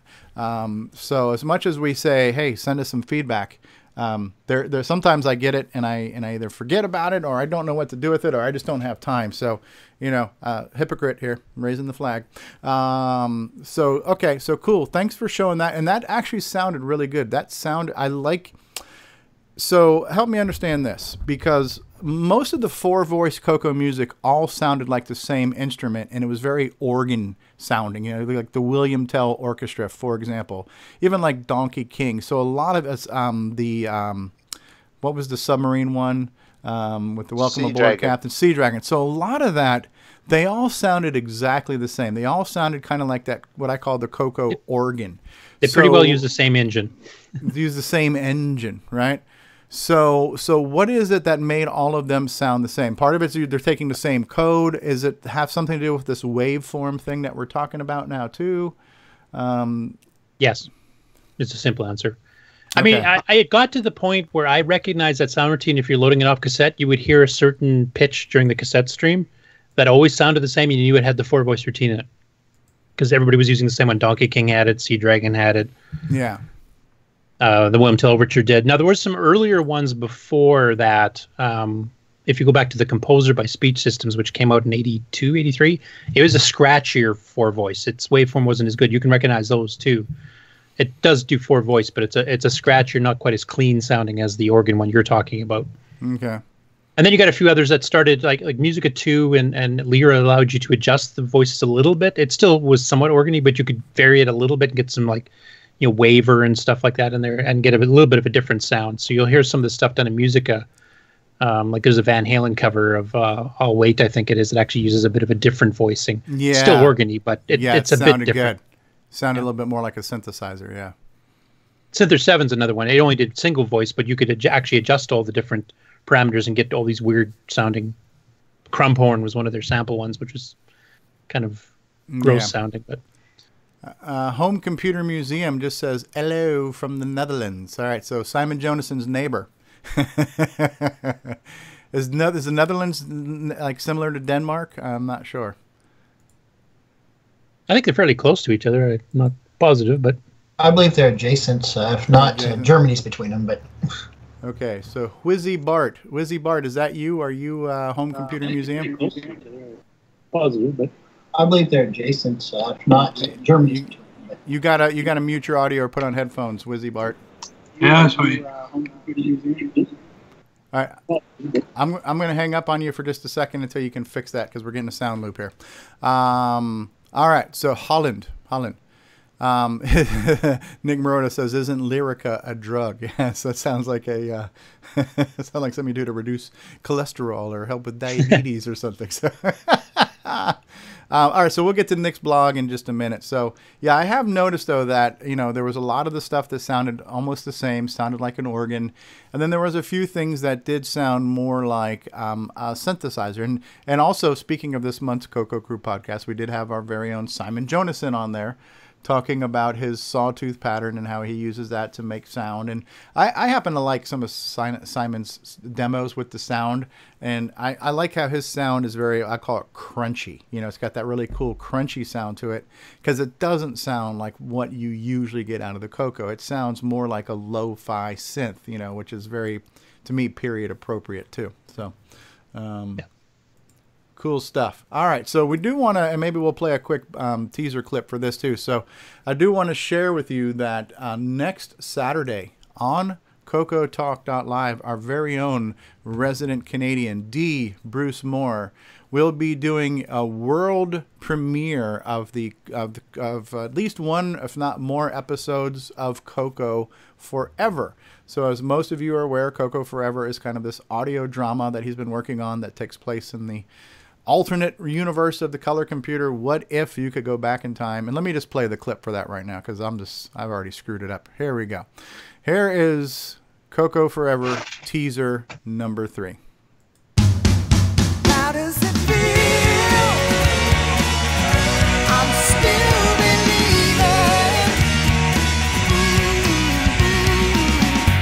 believing. What if you could go back in time to just the right moment and ensure that Tandy won?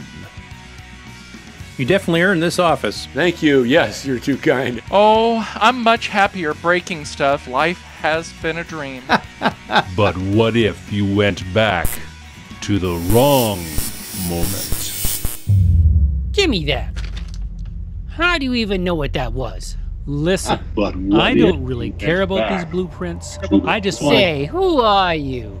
You want to spy for Commodore or something, are you? Just move! Oh. Hey, hold the elevator! Hold the Stop right there! Whoa, no need for guns, no need for guns! So, Mr. Anders, it seems you have stumbled upon my little secret. There is no point in waiting for security. I think you are about to have an accident. Okay, no!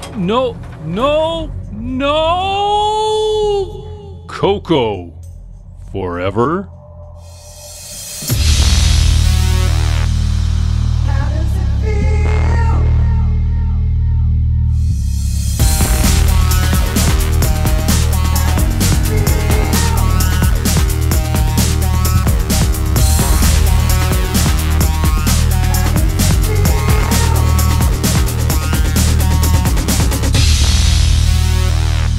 Spring-ish 2018.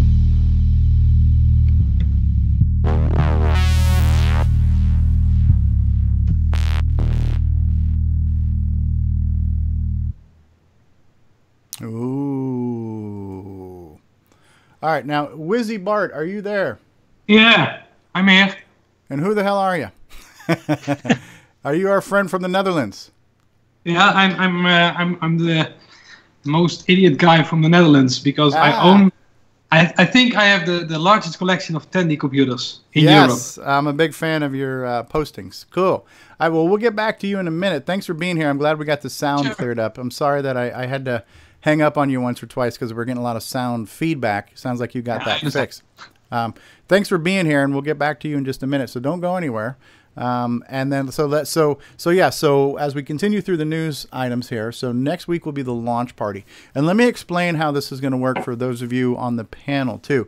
So usually what I do for this show is I share system sound so you guys can hear system sound. Right now, Bruce is very adamant about the audio fidelity of this being sent out as rich as possible, and it is in full stereo. He has rendered this at like 256 kilobits audio and things like that. And he wants everybody to hear it as purely as possible.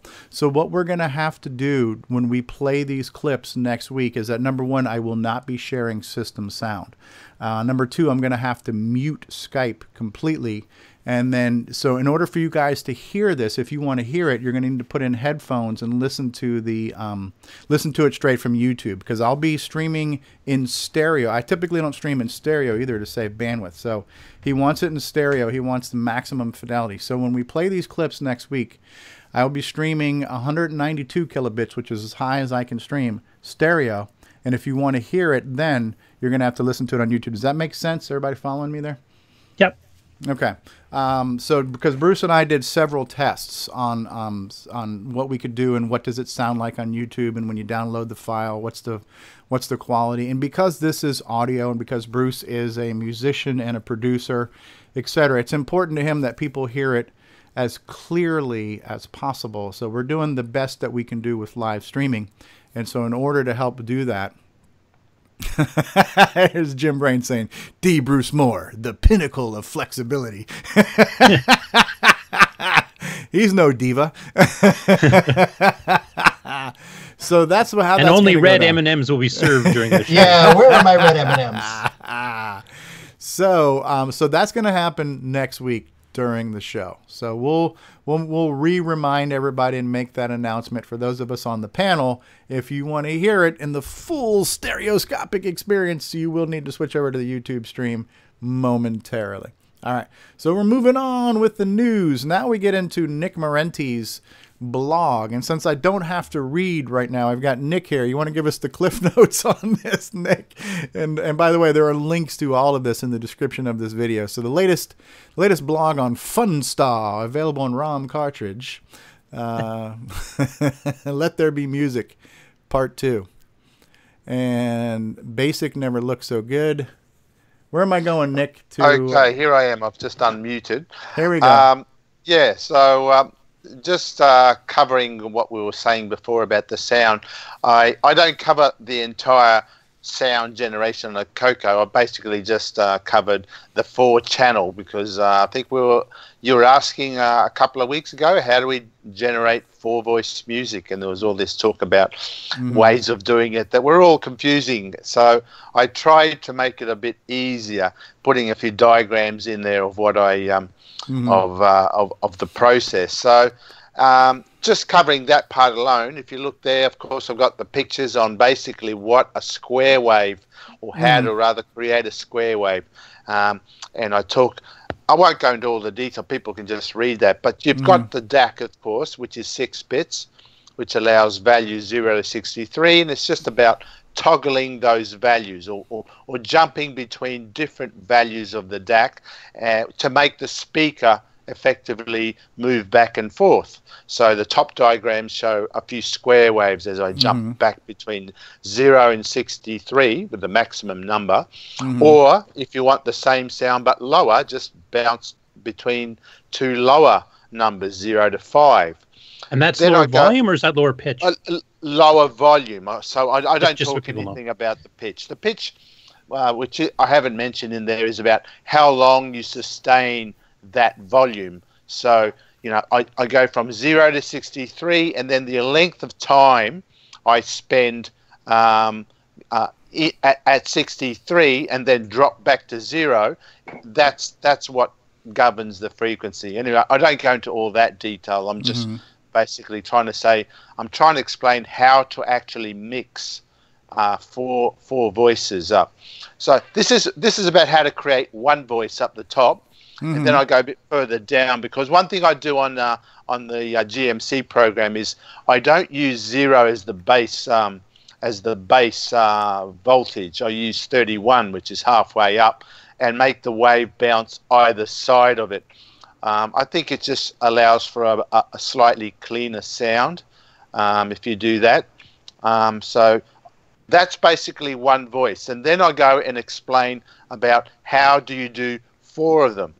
And before I go into that, I do explain the whole DAC thing about what you asked before about, is it a byte and all that.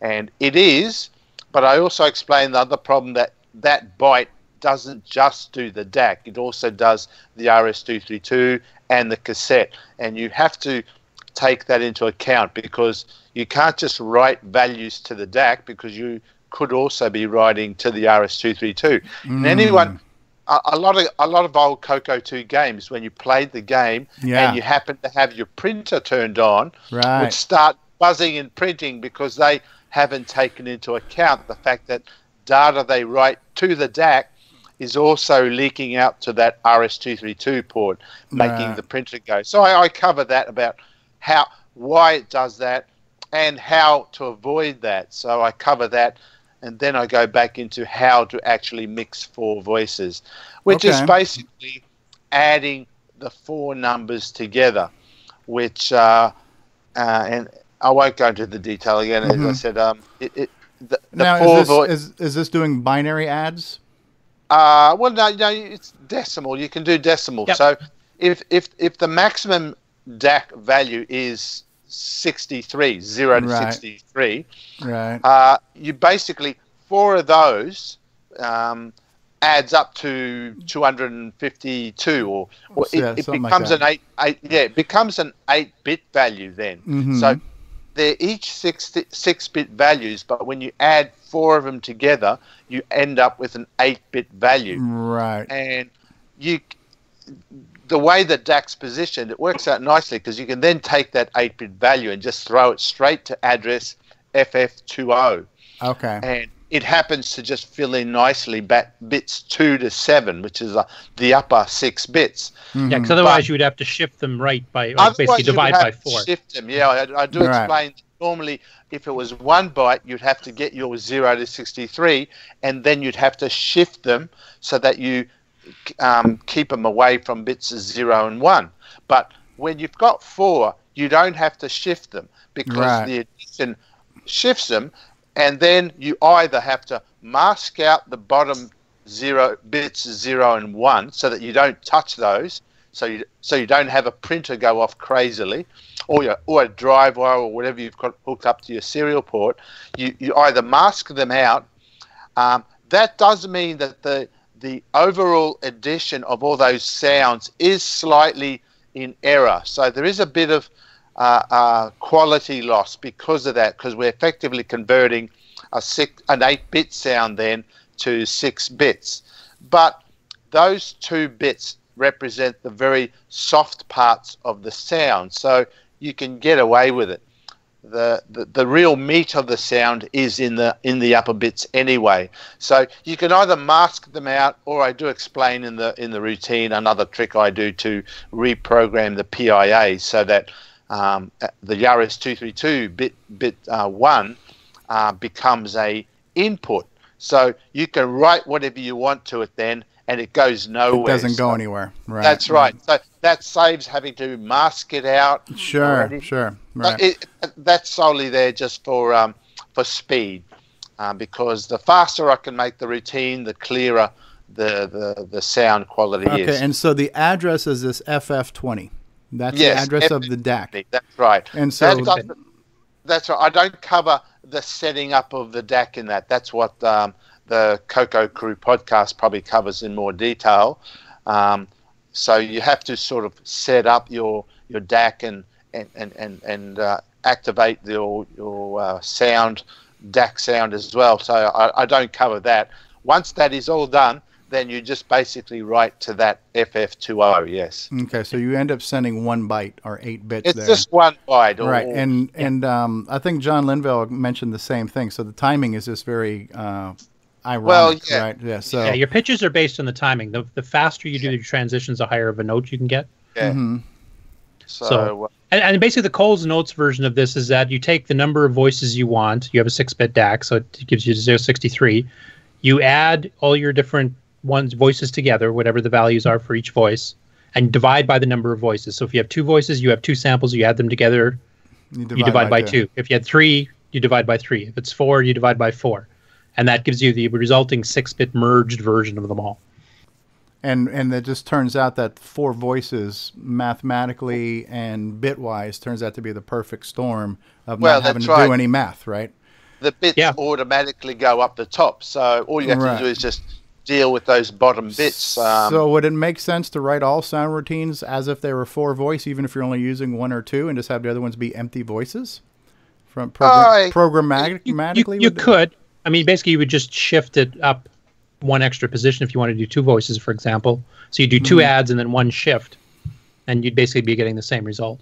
That's right. Which means you don't have to do 4 adds, so it would be a little bit faster. Yes. Yeah. Okay. So yeah. Hopefully my explanation is is clear. Yes, yeah, it is. It is. But yeah, so you answered the last piece of the puzzle, which was when you make the statement of all you got to do is send the values to the DAC. And again, I'm not criticizing anybody, but what do you need to do to send values to the DAC? That has now been explained. It's a byte of information that goes to address FF20. And John may have mentioned that too. He may have already mentioned here. Speaking of John Mark Mobley, John has just joined us. Hey, John. Hello, is my microphone working? Your microphone is working. And I don't know if you were listening earlier, but I did mention you had sent me a lot of information that my feeble mind is just not able to understand just yet. But I did give you credit for trying to help explain this. I have not been able to fully understand it. I think we have now done a fairly adequate job, but I still do want to go back and show off. Actually, since you're here, John, how about you mind if I bring up that email? And sure. you had so yeah, we're getting really into the nitty gritty here now, folks. But John had sent me a whatchamacallit, a spreadsheet, right? So I'm going to pull that up, and I was already just like, I was lost because now we're getting into numbers and stuff like that. But let me find your email, John, and I want to pull that one up because it was kind of cool. So computer generated audio. So one of them was a program which I haven't had a chance to look at. By the way, how are you? Fine. And we also have a new friend of the show too here. So while I'm pulling this up, why don't we get our friend Whizzy Bart from the Netherlands? Why don't you do a quick introduction? Tell us a little bit about yourself and your museum while I pull up this spreadsheet here real quick. Sorry to put you on the spot. No, that's no problem. I'm used to that. I run a museum. Yeah, that's basically what I do. Unlike many others in the Netherlands, my first computer was actually a Tandy Color Computer 2. What you Americans call the white model is the Color Computer 2 in the Netherlands, or at least European. And I still have that one, and it's in the museum as well. So that's my first computer. And if you go back, that's when the idea probably started to make a museum. And late in the end of 2016, when I was already collecting computers, the idea occurred to start a museum in the Netherlands, an interactive computer museum. So basically that means all computers in this museum, which are currently around 150 computers, which are on. You can actually sit behind them and play with them and use them as you please, including a lot of CoCos and a lot of other Tandies and several computers which you American people don't know even about. We have them here, and yeah, that's what I'm doing at this moment. Yeah. Just so you know, in America, if we don't know about something, it's not important. We plead ignorance. Technically, some of us are Canadian. That's okay. They don't know about us Canadians either. So yeah, we're getting comments now. Fedor says you've got a delightful Dutch accent here. Sorry. No, it's good. It's good. Yeah, I've been following a lot of your posting. It is neat that you have definitely Europeans' largest collection of Tandy machines. I don't know if it's the world's, but it doesn't matter. It's not a competition. No. Now yours are ant-free though, right? Unlike Simon's. If there's no ants crawling around inside of them. That was a Commodore. No, absolutely not. Really different machine. No. The only thing that happens a lot here is smoke is coming out. Okay. Basically, all Tandies are at least coming. When I turn them on, the smoke comes out, and then I have to repair them again. And then, yeah, I have some very rare models, which is awesome. I have a fully working Model 16. Oh, that's a 68,000 Z80 version, right? Yeah, that's the last. The 6000 is the last one of the TRS-80, and Model 16 was the one before. So it has the 68,000 CPU inside and a Z80. That's nice. I also have a Model 2. Talking about big machines. Yeah, those are actually the two rarest models I have from Tandy. I also have the MC10, but then the European version. I have two of them boxed. Two MC10 European version boxed. Wow.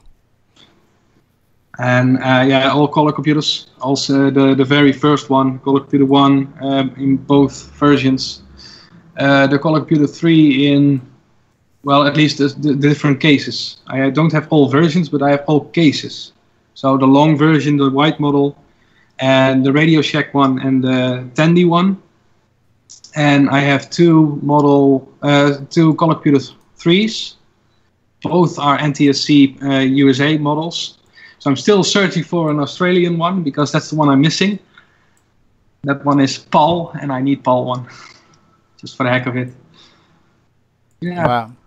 Well, maybe a little bit later when we get through the news here, if you give us the link, we'll pull up some of your stuff either on your YouTube channel or on your site, and we can show off some of the pictures of that too.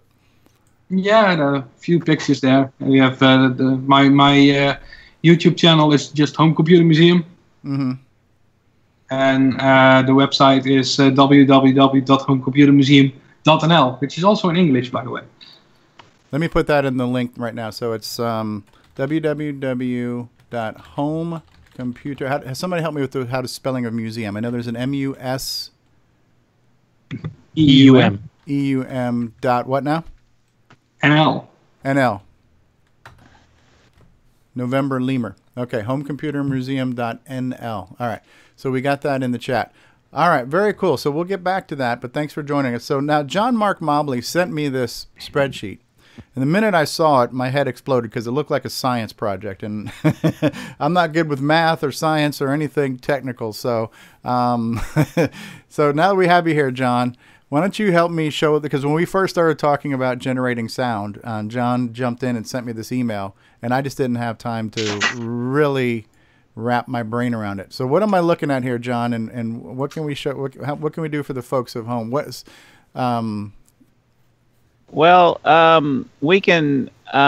What we're looking at is a waveform voltage or amplitude on the y-axis, I guess, and time on the x-axis. Okay. And we're actually seeing how two sine waves mix in a mixer to produce two tones at once. It's like, how can a speaker vibrate at two frequencies at once? And this is kind of showing one wave riding on another wave, and how I think one frequency is 8 times higher the other. You can simplify this by changing the amplitude of channel 2 to 0. So if you just type a 0 in that, now it's rescaled the amplitude, because that's what Excel spreadsheets tend to do. But now you're seeing just a single frequency. That's a sine wave.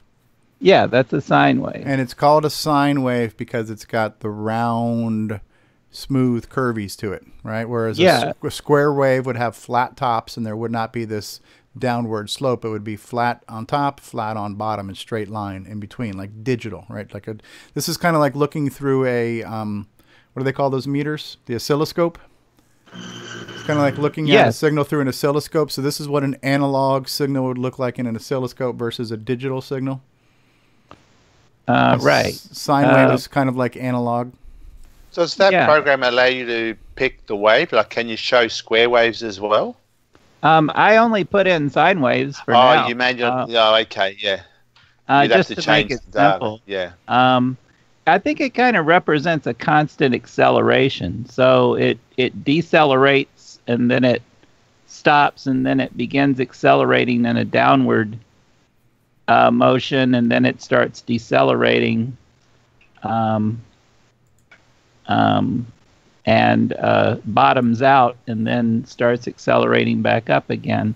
That's it's a normal, natural occurring thing in nature is a sine wave. They're found everywhere, and the purest tone is a sine wave. A square wave is actually a mixture of many sine waves, although it's more complicated to make a square wave that way in a computer. But a whistle is about the purest tone you can make, I think.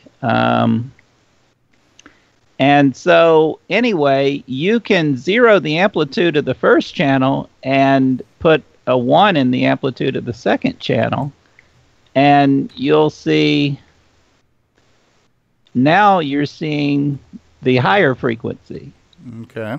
And then if you put a 1 in each of the amplitudes, then you should see the mixture of the two, how the two mix together. And all I'm using is a sum function in the Excel spreadsheet to sum those two frequencies.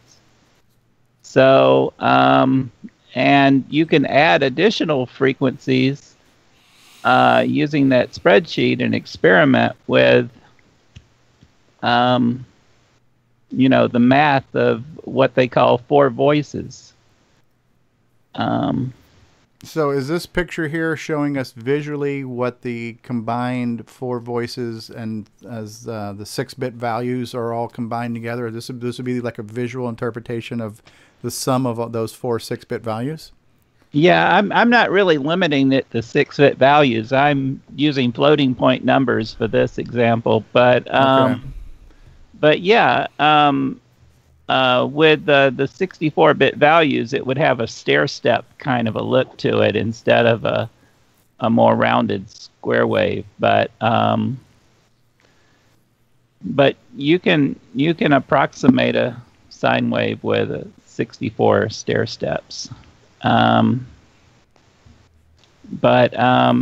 all I'm trying to show is how frequencies mix. When you're doing a synthesizer, you will actually change the amplitude over time in something called an envelope, like an attack. What is it? Attack, sustain, delay, that kind of thing. Yeah, attack, release, sustain, attack. Attack, decay, sustain, release. Yeah. Yeah. Now the problem is, you know, my program uses square waves solely because they are actually easier and quicker to generate. To create a sine wave on a color computer, it means that you have to divide every part of the sine wave, the whole curve bit. Your computer has to be in there to change the amplitude or setting of the DAC each time in order to generate that sine wave shape. A square wave, you don't have to do that. You just have to set the initial voltage, and of course it'll just stay at that point. So it just takes up less time to generate square waves on the computer than using the DAC than it does to have sine waves. So okay, well, yeah, the sound quality is not quite as good. Obviously, a sine wave will give you a it's smoother not. sound. No, but you know, but it's square CPU waves, intensive. Yeah. Yeah, they're just holding up the William Barden book there, which is good. Yeah. Chapter 25 of this book has a very nice explanation of generating sound in the Tandy Color computer. And he covers many of these topics and examples. And he recommends using square waves. I think he says they're rich in harmonics. I think most of his examples are using square waves. Yeah. I think sometimes they recommend reading a large section of ROM and playing it into the digital to analog converter and just listen to what sound it makes. And it tends to make these awful explosions and crash kind of sounds. And that turns out to be perfect for video games. So just pumping ROM into the DAC will get you some explosions, huh? Well, it's white noise. It's random data, so it becomes a white or pink noise. Yeah. Oh, that's cool. I think Steve Bjork's mentioned he's actually used that technique a few times. Yeah. Yeah. Oh, well, that's cool. I think we spent a lot of time on sound today, so we'll save that. But I do want to thank you, John, for sending that to me very timely too. It's been about 2 or 3 weeks since you sent me that first email. For me, I need time to sit down and digest it, and I just didn't have that time. So what's going on this computer back there? That's the Matrix. So. And so Evan Wright just chimed in and says, in the game I'm working on now, I play the code to generate static. Okay, that's cool. That's cool. All right, so I do want to make sure that we not only talk about the CoCo, but we talk about all things in the CoCo family here as we go through what's happening this week. So Gerrie, what a surprise, has posted that he's worked on a game or a program for the MC10. This one's called Gone Fishin'. I think it looks kind of cool. So we'll just play a little quick clip about this, and there's links to all of this in the description of this video here. So.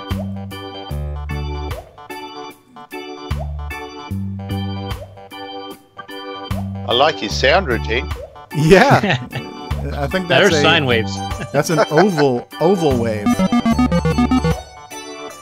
He caught a fish.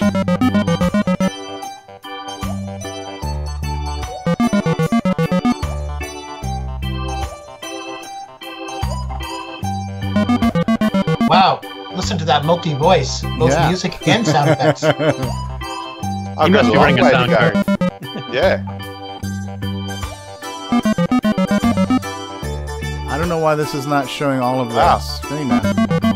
I'm going to buy myself an MC10. That's way better. You got a gut and clean each one of them. All right. So, as we've seen here, this is Gone Fishin'. So another cute little addition to the MC10 lineup here. Looks good. Yeah, Jim Gerrie's sound routine is definitely a lot better than Nick's at this point. so Jim says, apparently Jim's doing the exact opposite. It says, oh yeah, well in the game I'm working on now, I play the static to generate the code. So we got to do, we got to give him props there. So yes, so we do want to make sure that we do showcase some things that do occur on the MC10 group here too. We are not elitist or exclusive here on CoCoTALK.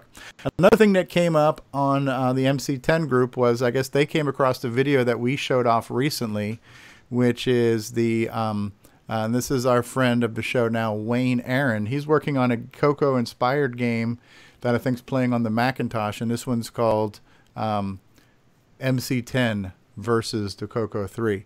And so that came up on the MC10 group this week, and so here we see a little bit of that video and make that full screen. And yeah, I'm not sure why this is now cutting off here, so I got to try to figure that part out.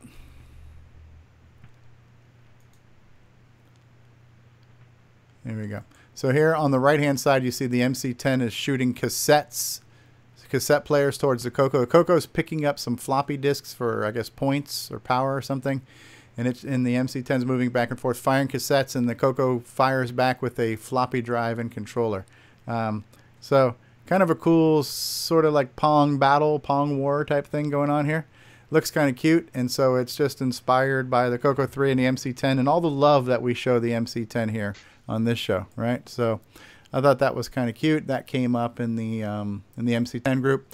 A couple of things from the Dragon group. I'm not sure if you guys are familiar with this, but I guess there was a show in the UK called Mainframe that talked about computer stuff, and apparently they had this, and I think this showed up in the CoCo group this week too, but they had these things here that are called, what is the name for them? Flexi discs? Flexi disc, right. So the flexi disc, and I know the Rainbow had done something like this too, and the Rainbow had like a little mini... Their like second anniversary edition, July 83, had 3 programs on a flexi disc. So the flexi disc, this was a 7-inch, basically a vinyl album type thing you'd play on a record player, and it would get you the audio that would have been the data that was on a cassette tape, right? So this is an interesting way to distribute that, and apparently there's been a handful of these from this show called Mainframe, and there was apparently 4 tracks on here. So this particular one might have been audio, And then there was a game for a BBC Micro home computer. There's one for the Spectrum home computer, and then one for the Dragon. So a couple different, and as our friend from the Netherlands says, that there's a lot of other systems that us in the U.S. would not necessarily be as familiar with. But I am familiar with the names of like the Acorn and the BBC Micro and things like that. So I'm familiar with them in name, but I've never actually seen them because I wasn't in Europe in the 80s. But yeah. Well, the MC10 is basically Tandy's answer to the Sinclair ZX Spectrum. Mm-hmm. It's the same size, so it's except for the Spectrum was more successful in many ways. It was distributed in England a lot, and a lot of Dutch people also used the Spectrum as well. Yeah. And Acorn was an employee of Spectrum or of Sinclair. Okay. He started his own company for Acorn computers, and in the end, Acorn computers made a computer that the BBC used for education purposes. And that's a BBC computer. So BBC computer is technically an Acorn computer. Ah, okay. Very cool. And of course there is a Facebook group for the Dragon as well. And there is a very cool website for the Dragon that is the worldofdragon.org. And on part of the worldofdragon.org is also an archive. So this would be like the version of our color computer archive. And I do have my Tano Dragon, and I haven't dug into it too deeply. But I am looking forward to messing around with it, hopefully in the near future, and starting to explore some of the Dragon titles. And so there will be links to this as well. And so this is worldofdragon.org is the parent site, and the archive site is called archive.worldofdragon.org. So if you're looking for Dragon software, make sure you check that out. Yeah, you're still missing the first character of your typing there, so sorry about that. And so this question came up, and I thought I would just show this picture. This is also from our Dragon group on Facebook. And now you got the T and true. So when you look at this video here, this is showing off the Dragon. I want to say CoCo, but it's a Dragon. And you notice how we've got these random characters on the screen, even though it says OK and the cursor is blinking. And I don't know if he got an answer to his question on why his Dragon is doing this, but based on what you guys see here, can you think of any reason why you're getting this train of characters on the screen when you turn on a CoCo type system? One of the comments in the responding to that his question of what's wrong with his Dragon was suggesting it might be RAM chips. Okay. Or a RAM chip. A RAM chip. Okay. Because the ROM's obviously running, and some RAM is running. Otherwise, the ROM wouldn't be able to boot. But right. And so yeah, it's kind of a funky display there, right? And so there's the video of it. Let's go back. Everything in the Dragon is socketed, so check all the chips. Oh, the RAM's socketed, so just reseat them, huh? Everything. That's cool. Yep. Or even move them around and see if the problem moves to somewhere else too. Yep. I love seeing pictures like these, the cassette games. So the Dragon was much more on cassette stuff, more distributed on cassette than on disc, and it's really cool to see these pictures. I love people posting their collections of the different cassettes. And a lot of times we'll see the same games that we had on the CoCo, just packaged slightly differently and on cassette form. So I love seeing pictures like that. Now, I love to collect, but I'm out of room, and I'm kind of out of money now at this point too. So I think I would probably want to go for something like the CoCo SDC for the Dragon. I know they have one that plays cassette files. I forgot what that product was called. But I would probably want to get one of those and just have all the CAS files on that SD card and load them that way. As much as I'd like to physically collect them, I'll be just as happy to have them to play, CoCo SDC does work on the Dragon. Yeah, but with disk images. There's another product that plays cassette files off of the SD card. That's more, it says Dragon specific product. Yeah, Dragon MMC or something like that? That might be it. So, let's talk about events here for just a second here. So Tandy Assembly is on the horizon. Hopefully we'll have more information about Tandy Assembly in the near future. But we do have the dates. Well, now we can pre-register. So this is kind of like the Atari VCS, right? Is this vaporware? No, this is really happening, right? So you can pre-register. Tandy Assembly is happening. So you can register $10 per attendee. Children under 12 are free. All proceeds go to pay for the event costs, just like CoCoFest. And you can register, pre-register on PayPal to avoid waiting in line to have a receipt printer print out your receipt when you check in. So now what we do know about the venue is we know the dates and we know where it's going to be. What I don't think we have just yet is the price. I think they might still be working on negotiating that price, but it's going to be at the Courtyard by Marriott's Springfield in downtown Springfield, Ohio.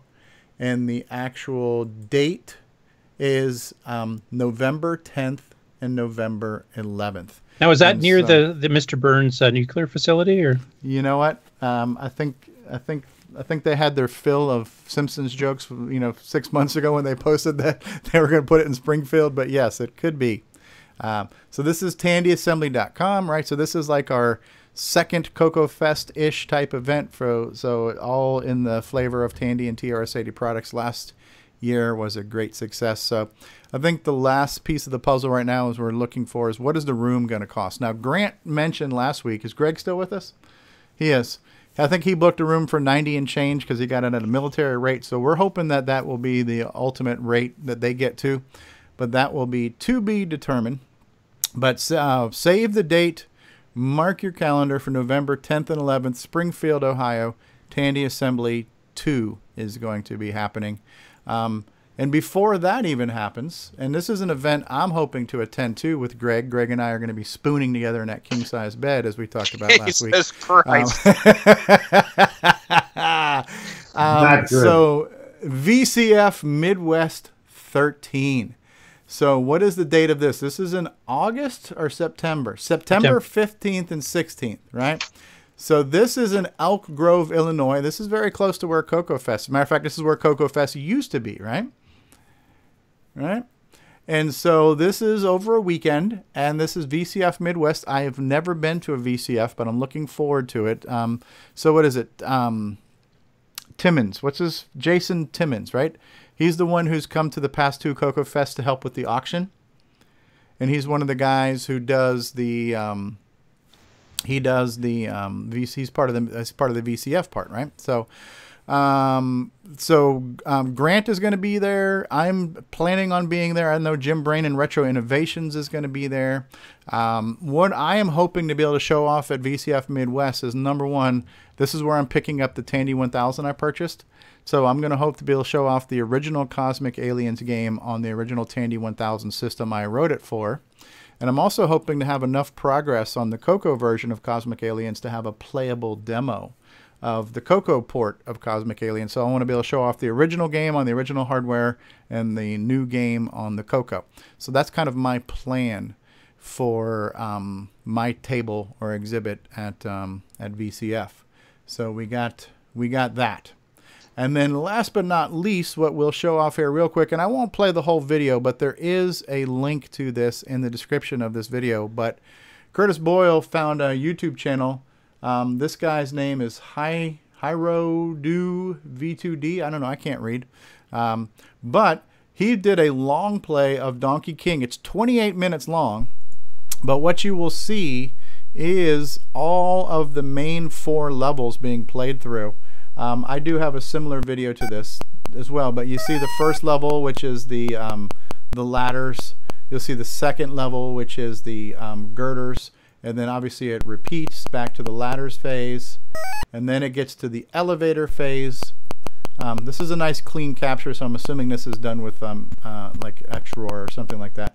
So then the elevators goes to the rivets, a little bit harder. Then we get more barrels, and then we get to the elevator factory, right? So so he's played through this several times and shown all 4 levels and shown how the difficulty increases. So if you want to see 28 minutes of Donkey King, we've got the link for you in the description. On his same channel too, Curtis also pointed out that he played through Donkey Monkey, and apparently there's a pie factory in the Donkey Monkey too, which I never made it to. So on this same channel here, no, there's just the 2 levels. There's the rivet/elevator combo screen, and then there's the barrel screen. Oh, so there wasn't a cement factory screen? No, not in Donkey Monkey. Okay.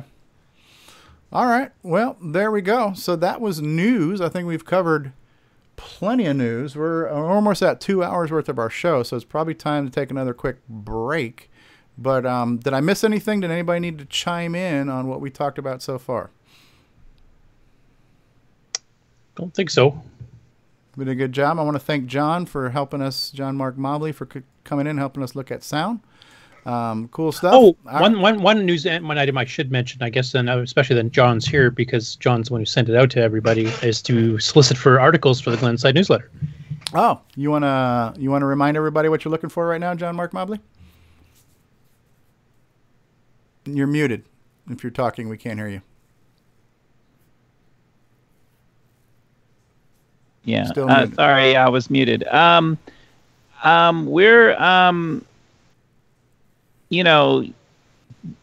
generally we're looking for something about the CoCo or electronics. I have a degree in electronic engineering technology, and so I often will want to write something about, how is resistance and impedance and conductance and admittance related to each other. I don't know that I don't know how much of the audience would be interested in an article like that, but how does sound work on the CoCo might make a nice article, or how to get introduced to assembly language by Stephen Strobridge would be a nice article. Now, what's the deadline for the next newsletter? When's the next newsletter due out? Well, it's due out on the 1st of spring, the 1st of summer, the 1st of autumn, and the 1st of winter. It could be late. It could be like a week late coming out sometimes, but I try to hit those dates. I usually need something like a week earlier or 2 weeks earlier so I can get it into the newsletter in time. So it's almost too late now, but you could do something for the next newsletter. I'm working on it right now. I'm working on the photographs I took at the CoCo Fest, and Bob Swoger is very particular about how the pictures look in the newsletter, so I have to white balance them and crop them properly.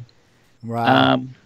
In the last newsletter, Bob took it on himself to edit a number of the pictures, but his vision is going, and he wound up kind of washing out all the colors and making them brighter, and they really looked worse when he was done with them. So we should hire him for our show. That's what we kind of do, that kind of stuff all the time here. We need to wash this whole thing out. Yeah. I've tried to explain to him how bad it turned out, but he just doesn't realize it. He just can't. He doesn't know that his vision has deteriorated that much. So he doesn't quite understand. Well, yeah. I mean, I shouldn't be laughing at that fact, but it is kind of funny that the pictures got that way. But yeah, it's no laughing matter when our senses start to leave us. So don't want to seem too insensitive there. So yeah, all right. So how do we do that? Do you want people to email you? Do you want them to go to the website glensideccc.com? What's the best way? What's the best single place to send information for the Glenside newsletter to? Well, they usually email it to me at johnmarkmelanie@gmail.com. I think it's in the newsletter, the address, and the Glenside website has a contact us portion, so you could get a hold of me and I could email you back my email address. And but yeah, we need stuff. Salvador Garcia has been helping me a lot lately with the newsletter, but his father is currently sick and he's not in a mood for writing right now. Well, that's understandable. Okay, is there any particular format we should send them in, like raw text or Microsoft Word, like anything that makes it easier for you guys? Well, I could send you a sample Microsoft Word document. You could see how we use the column. We tend to put a column down the middle of the page and do 2 columns. And so you can kind of format your pictures to fit in a 2-column mode and stuff like that. But I also have other word processors. I could probably accept the file in. I'm trying to remember what it's called. Vista or no? I think it used to be called OpenOffice, and then it changed its name to LibreOffice. LibreOffice, yeah. LibreOffice. So if you wanted to do Word or LibreOffice, that would be fine. And I convert it into Word because that's what Bob Swoger uses. And then I place it into a shared folder with Bob Swoger on Dropbox. And then we take turns working on it. Okay. I posted your email address out there in the live chat too, so anybody. So it's John Mark Melanie MELANIE @gmail.com. Now Mikey just chimed in too. Mikey says he missed part of the conversation where we were showing off your spreadsheet and how it made the sine waves. Do you mind if I share that with anyone? Oh yeah, you can share that with anyone. Yeah. All right. So if you guys want to get it, you can also email John Mark at the same address that I just posted, or if you want to email me or email CoCoTALK at cocotalk.live, we'll be happy to forward and share that spreadsheet because it is kind of cool. It is for me. It is always easier to see something that's visual than just to hear it being spoken about. Although, again, and I think Nick did kind of both with his blog. He wrote about it and he showed it off. And I think John Linville did a great job this month, too, explaining CoCo hardware as well. So I think at this point now, we can for the most part, say we've beat sound to death, right?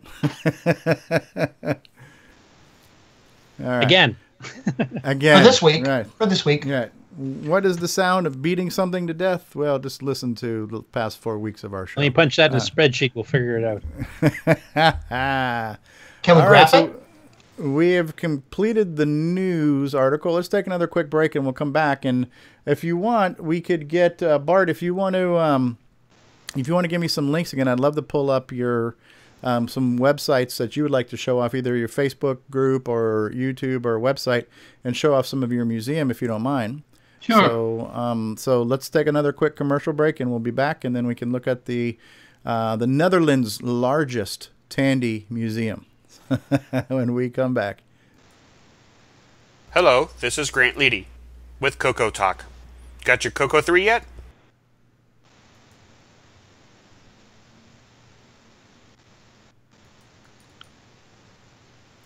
All right, what is wrong with my commercial?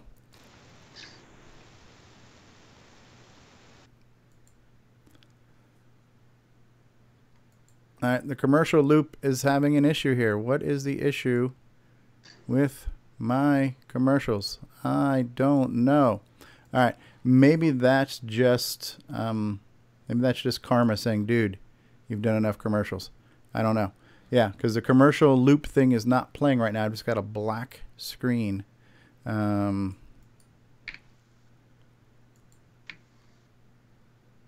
what the hell's going on here? Black hand sandwich says darkness. Yes. So I don't know what's going on here. All right, so the commercial loop just went caca. So how about we do this? In lieu of that, how about we play another switcheroo ad?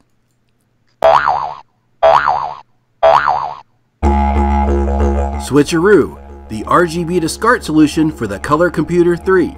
Use your CoCo with a modern display. Go from RGB to composite with just the flip of a switch. The Switcheroo, as Australian as Outback Steakhouse. CoCo3SCARTcable.com. All right, you got to love that. As Australian as Outback Steakhouse. That's like as Italian as the Olive Garden. All right, so Bart, where should I go to show off your museum? What's a good place to start? Well, Facebook, I guess. Okay. But there are a lot of more computers than only Tandy. I have over 500 computers here. So. And what's the name of the Facebook group again? Well, that's Home Computer Museum, right? NL Computer Museum. That's the address.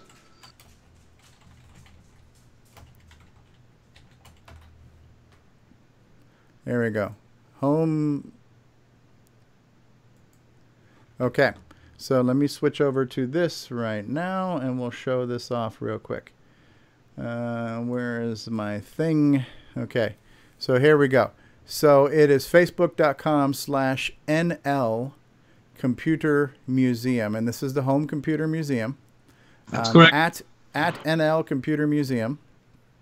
And so what would you like to? I'm just going to scroll through here. Tell me where to go and what we should be looking at here. Hold on, I'll do the same. The first posting I see here is, I think, a link to your website. So it's a non-profit organization. Yes, it is. All right. Well, you have some like non-English letters up here, so I can't even read what some of that says here. So here's a post from the Home Computer Museum. Well, then we are a Dutch museum, so yeah, expect to have some Dutch inside. Here's an 80386DX with a zip drive. Where's the zip drive? Oh, up here on top. Yeah, the zip drive. Yeah, that's kind of cool. Yeah, I had those zip drives, and I remember it was a 25-pin cable, and you could go parallel or SCSI on those things. Yeah, and later versions are even USB. So. Yeah. Oh, I never saw those. I remember some IDE versions of those. Yeah. But I always used to joke that if you plugged it into the parallel port, they didn't call it zip because of the speed. Because what was like 100 megabyte capacity, and it felt like it took about 45 minutes to get any data off of it over parallel. Yeah, something like that. It's 100 megabytes. I didn't test to get data off it. 100. I remember you posting this too. I commented on this, how you had it connected to a green screen monitor, and you got your website up on monochrome. That is so cool. To me, it's very nostalgic now to see monochrome stuff and to see things on monochrome. I remember Ron Delvaux had posted a picture where he had took a bitmap of Facebook and put that on the CoCo 3. That was kind of cool. Tandy Model 4Ps. These are nice. These are the portable versions here. Yeah, I actually have 3 of them, and I restored these two recently. Power supply just blew out, and I restored them both, and they both look fantastic. They're not yellowed at all, and they work fine. Nice. Those are portable? Yeah, you can't tell how that's portable? Does it come with its own hand truck? Forklift. It has a handle. It has a handle. Yeah, there you go. Hey, come on. It was the 80s. The keyboard looks a lot like a Tandy 1000 keyboard, too. You know? Yeah, it looks basically the same. Yeah, I have a Tandy 1000 as well, the original. Yeah. Even with hard drive. And that has basically the same keyboard, the same layout. Now, this is the Commodore 64C? Yeah, no, that's a G. That's actually very last. Oh, G. Oh, wow. So this is similar to the one that Simon Jonason had that got full of ants. I think he said his was a C. This is a G, and there's also a version before that, and it's called the Commodore 64 Aldi, and Aldi is a supermarket in Germany. That looks really nice. The keyboard color is different to the normal 64. It's a whiter keyboard. Exactly, and it's actually the same mainboard as the 64C, but they had issues. The 64C was a different size, and there were all kinds of extra hardware you can put on top of the keyboard. So they had to do something, and they made the 64G and the 64 Aldi, which are essentially the 64C, but then a better, with more integrated chips and back to the old layout and old style casing. It's a nice looking machine. These are quite rare, quite hard to find. So here we're looking at what does the description here say? Gotta love donations. Picked up a Commodore PET 2001 in original box. Yeah. Bondwell 14-inch Apple box, Apple IIe plus monitors plus 2 drives, Apple Power Mac. Yeah, so for those of you listening on the audio version, you're probably going to want to watch the video version to see these, or you want to just go to the Facebook group and check these out. This is a beauty here, an IBM PC with the green screen, huh? That's really nice. Yeah, I actually stored that today. I put a video card inside, and now it's working, and I cleaned it, and I'm just making a video. I was making a video before I started this live chat. Okay. To show how I restored it, and it's back because this had an issue with a video card, and it's fun because it came with the original documentation, original drives, and everything was still working apart from the video card. And the guy paid 31,000 guilders, which is approximately the same in dollars, I guess. So let's say $25,000 for that machine in 1984. Wow. So that's crazy. That's just, you know, I don't understand why people would buy an IBM in 1984, but yeah, they better buy a Tandy back then. Really. Yeah, right. It's better machines. I like some of these pictures here. Your home computer. I like your little logo there because it looks semi-Commodore-ish there. That home computer museum logo you have. Yeah, that's we have a designer in house, and he's completely fan of everything 80s and 90s. Yeah. And he's created the logo, and I'm really happy with it because it's also the ZX Spectrum you can find in it, and basically it feels retro, and that's the whole. Yeah, it does. It does. Yeah. It's got a lot of good. So what is this room that we're looking at here? Here's your website. What was the room we were looking at for all the tables and chairs? Is this where you're setting up a bigger museum, or were you giving a presentation? That's actually, we are creating LAN parties over there. Oh, LAN parties, huh? Yeah, absolutely. And nice. Games from the 90s and early 2000s. Uh-huh. Like so, Duke Nukem. Yeah, Duke Nukem, Unreal Tournament. Those kind of games. You know, the games that can't be played on the internet anymore. Yep. What is this machine here? Tulip PC. Yeah, that's a Dutch brand. That's one of the computers you don't know. Yes. Is it like an MS-DOS compatible system, or was it its own thing? It's an IBM clone, as you would say in those days. It's one of the biggest companies in the Netherlands. It went broke like many companies.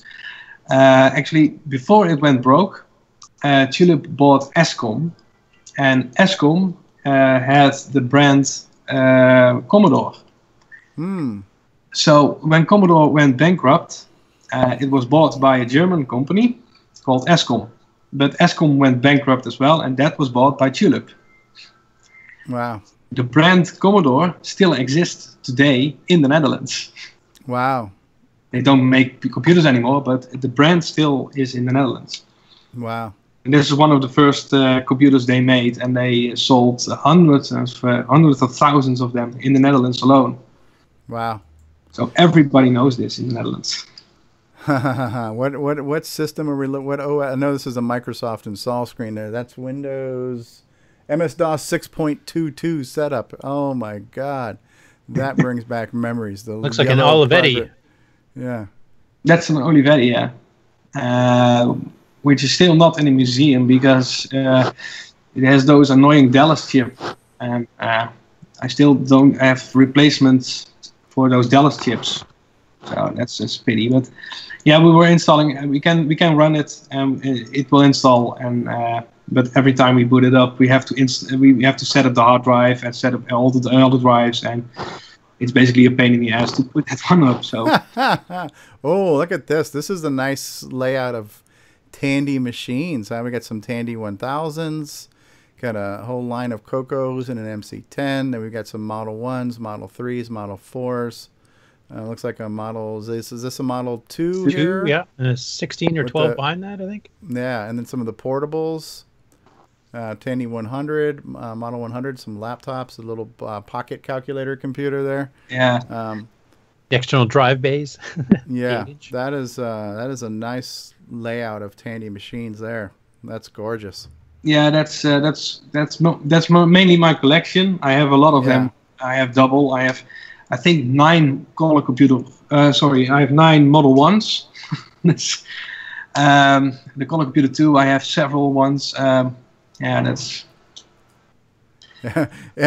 Jim Gerrie says the MC10 in a line by itself.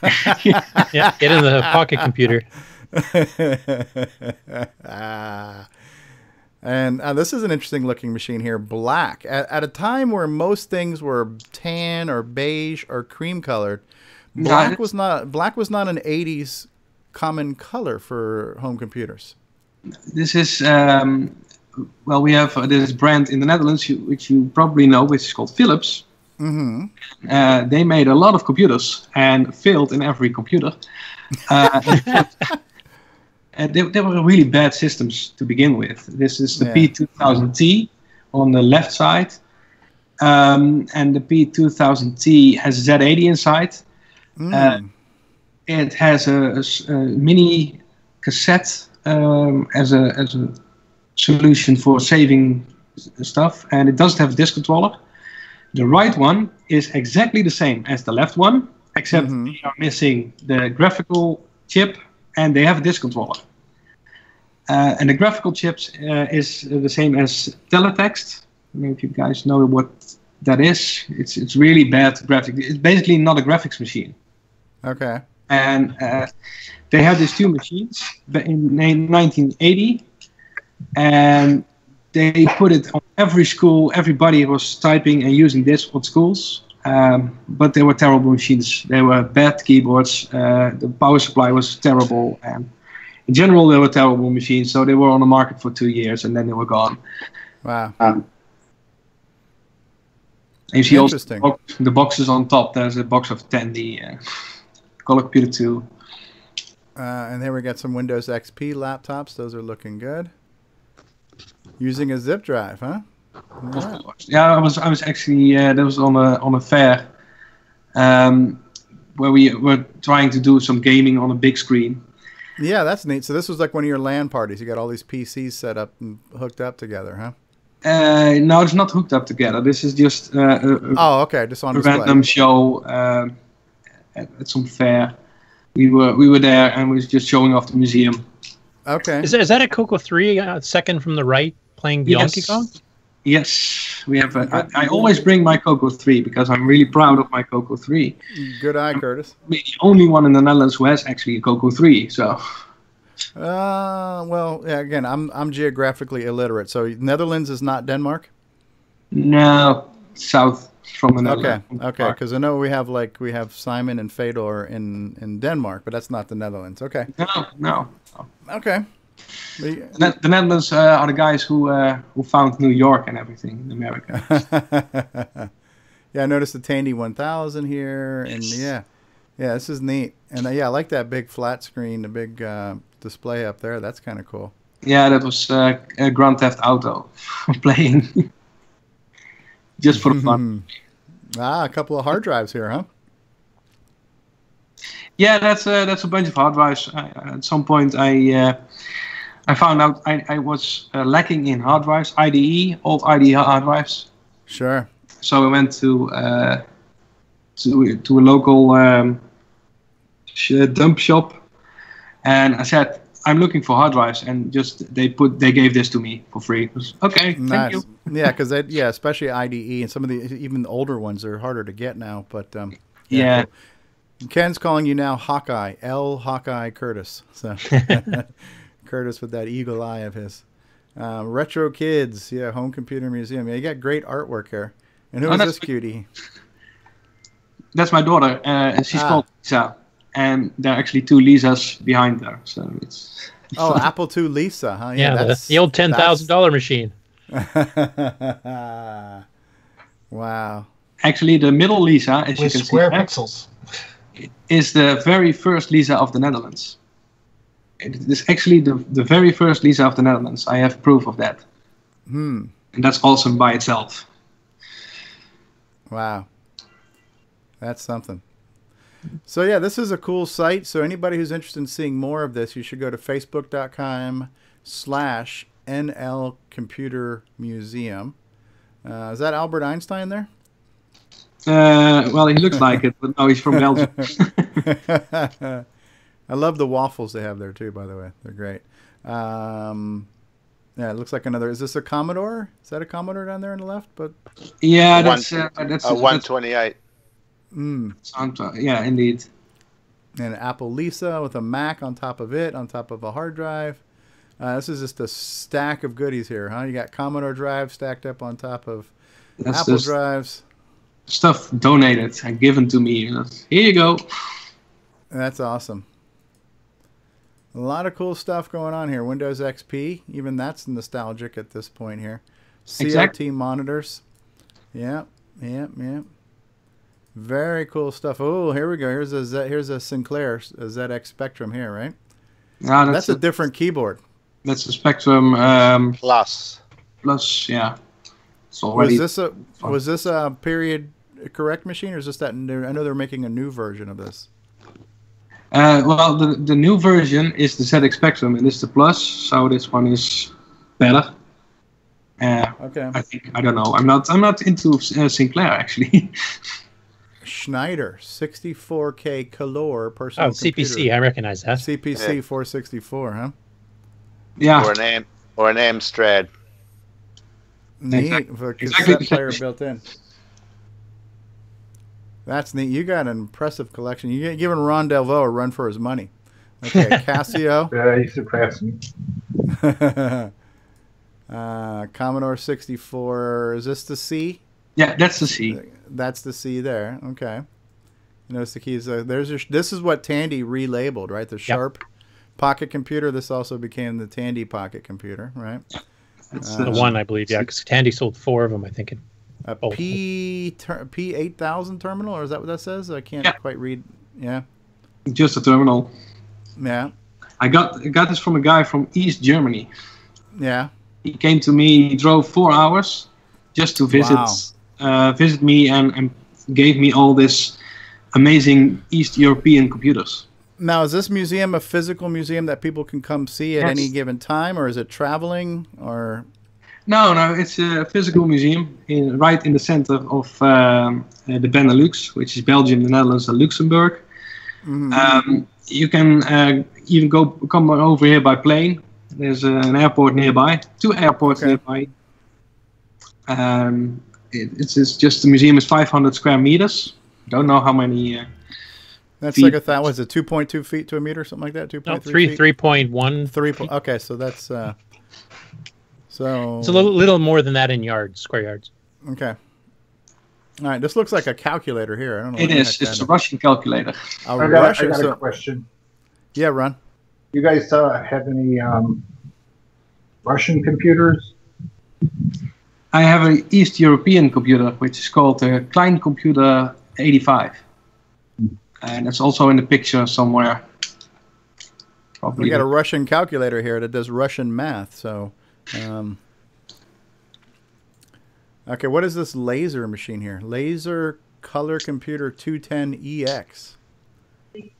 I haven't turned it on. It's I think it's either. Isn't that the one that uses the same VDG chip as the CoCo? Yeah. Could be. Laser made several computers, and they're all. It's the VZ 200 or 300 in Australia. Yeah, and they use the same VDG as the CoCo did. Yeah. Well, that's in a different case to what we had, so slightly different model maybe. Actually, you can see the colors on those top 8 keys exactly match the CoCo 1 and 2 palette in order. Yeah. Green, yellow, blue, red, orange, cyan, magenta. Or buff as we called it. I wonder if it had any big surprises, COS9, Microsoft. But is it better than an MC10? Connor Pet. I'm not. I don't know. I never turned it on. I don't know. It's one of the later model pets, I think. That's it looks kind of like a pet. It's the 80 column one. Ah, neat. 80. A lot of cool stuff here. So these are fluorescent fixtures. Some computer monitors here. More Commodore stuff. This machine off to the left here, this almost looks like an MSX with the. It's a +4, a Commodore +4. Yeah. Okay. Do you have any of the MSX systems? Yes. Yes, I have plenty of them. Yeah. Okay, here's an original pet, right, with that really funky keyboard. Yep, that's the one. Very first computer I ever used. Yeah, that's neat. Now this looks like a Commodore. This almost looks like an advert from the Commodore. That looks really nice, though. Commodore under your Christmas tree. Ooh, look at this. Is this the Model 2 with the 8-inch floppies? Yes. Wow, look at That's those. already set up to run a BBS with all those floppy drives. We're going to hack into Congress with this, people. Look at this. NSA has got nothing on that. On top of it, there's an MSX. But... let's go back. Yeah, we could look at this forever, but yeah, there's a lot going on here. This is pretty cool. What'd you say you have on the top here? That's an MSX. That's an MSX right there. MSX2. Okay. I put it there for size to show how big the Model 2 is. Wow. That's something. What are these colored systems here? This is Indigos. Yes. That's Iris Indigo was. I can't remember who made it now. Silicon Graphics. They were a competitor's son, weren't they? They were really famous for the graphic systems. Oh, Silicon Graphics. SGI. Yes. Yeah. Right. Okay. Right. These Very four cool. are used to make Blender. The original, the creator of Blender is a Dutch guy, and he used these 4 machines to create Blender. And Blender is that multi-purpose thing for doing 3D animation and everything else, right? It's not basically an open source version of what the visual effects industry uses, right? So, yeah, that's neat. Yeah, that's really cool. So what was the architecture of this? This was a custom RISC processor? Yes, RISC. Yeah. Was it using a Motorola brand or was it proprietary? I don't know. I think it was IBM. Some TRS-80 ads here. Hey, you see that? You see that table with T-shaped legs on it? That one. Yeah. I had that table when I was back in New York, and I got that with my collection, one of my collections. Oh, wow. That was a sturdy table. Boy, you could really pile on the stuff on it. I bet. Nice IBM system. Man, there is such a wealth of photographs here. TRS-80 Model 1. This looks like some type of event you were at here, huh? Yes. Or is this your actual museum, or is this like a road show? Just a road show. Okay, that looks pretty cool. Well, listen, I need to get out. I need to get out, and I need to see Europe. I need to see Netherlands. I need to maybe take a stop in Amsterdam. You know, CoCoTALK on the road. CoCoTALK on the road. European vacation. So this is amazing. You'll have to get the truckster. Yeah, right. We need our correspondent Jason, the Coco Man. This is Jason reporting live from a heroin den in Amsterdam. Oh, who's paying for my flight? Just talk to accounting. Spooning with somebody. Yeah, send a requisition to accounting. Jason's our bad. All right, so this is, yeah, I could look at that all day, but we'll go ahead and we'll save some of this for people to look at their leisure. So that's really cool. That's quite impressive. Definitely giving Ron Delvaux a run for his money on collections there. Ron is our resident guy with lots of stuff on the States anyway. So very cool. Thanks for sharing that with us, Bart. Thanks for joining the show today. Anybody have any comments or questions or feedback for Bart and his museum while he's here? I'd definitely like to see it sometime in person. That's for sure. Just let me know when you arrive, and I'll make sure to give you the big tour of the museum. Cool. That's awesome. Hey, this is Rob Inman says, "Coco Man live from the red light district."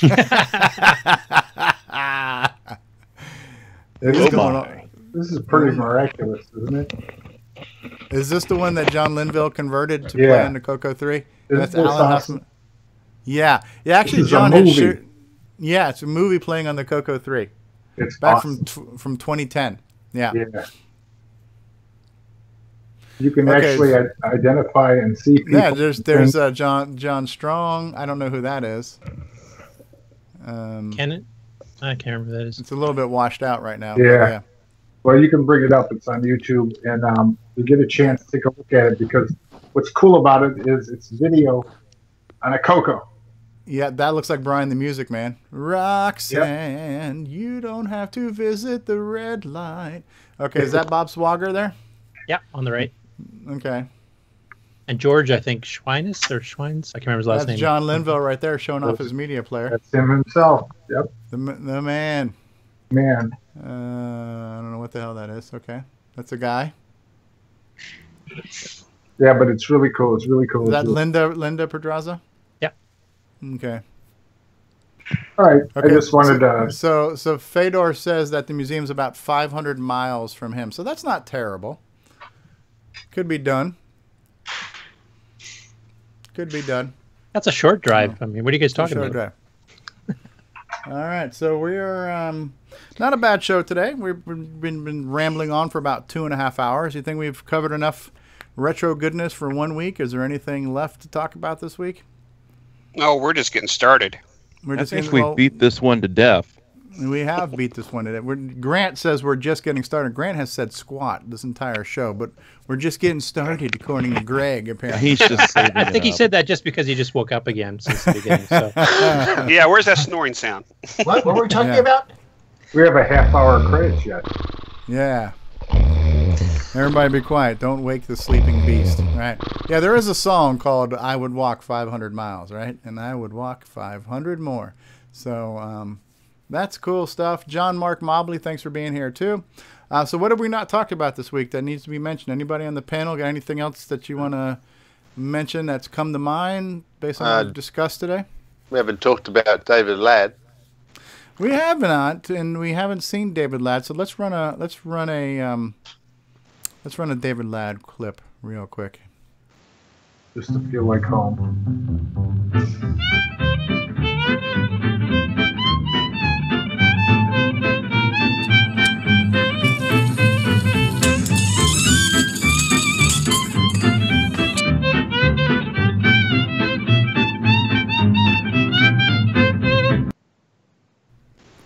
And I think something else that needs to be run this week, even though we didn't ask the question, we should probably play Why Did Tandy Do That? Number one, because I think it was Rob Inman that says, hey, I got that song stuck in my head now. Who wrote it? And we have to thank Alan Huffman for that.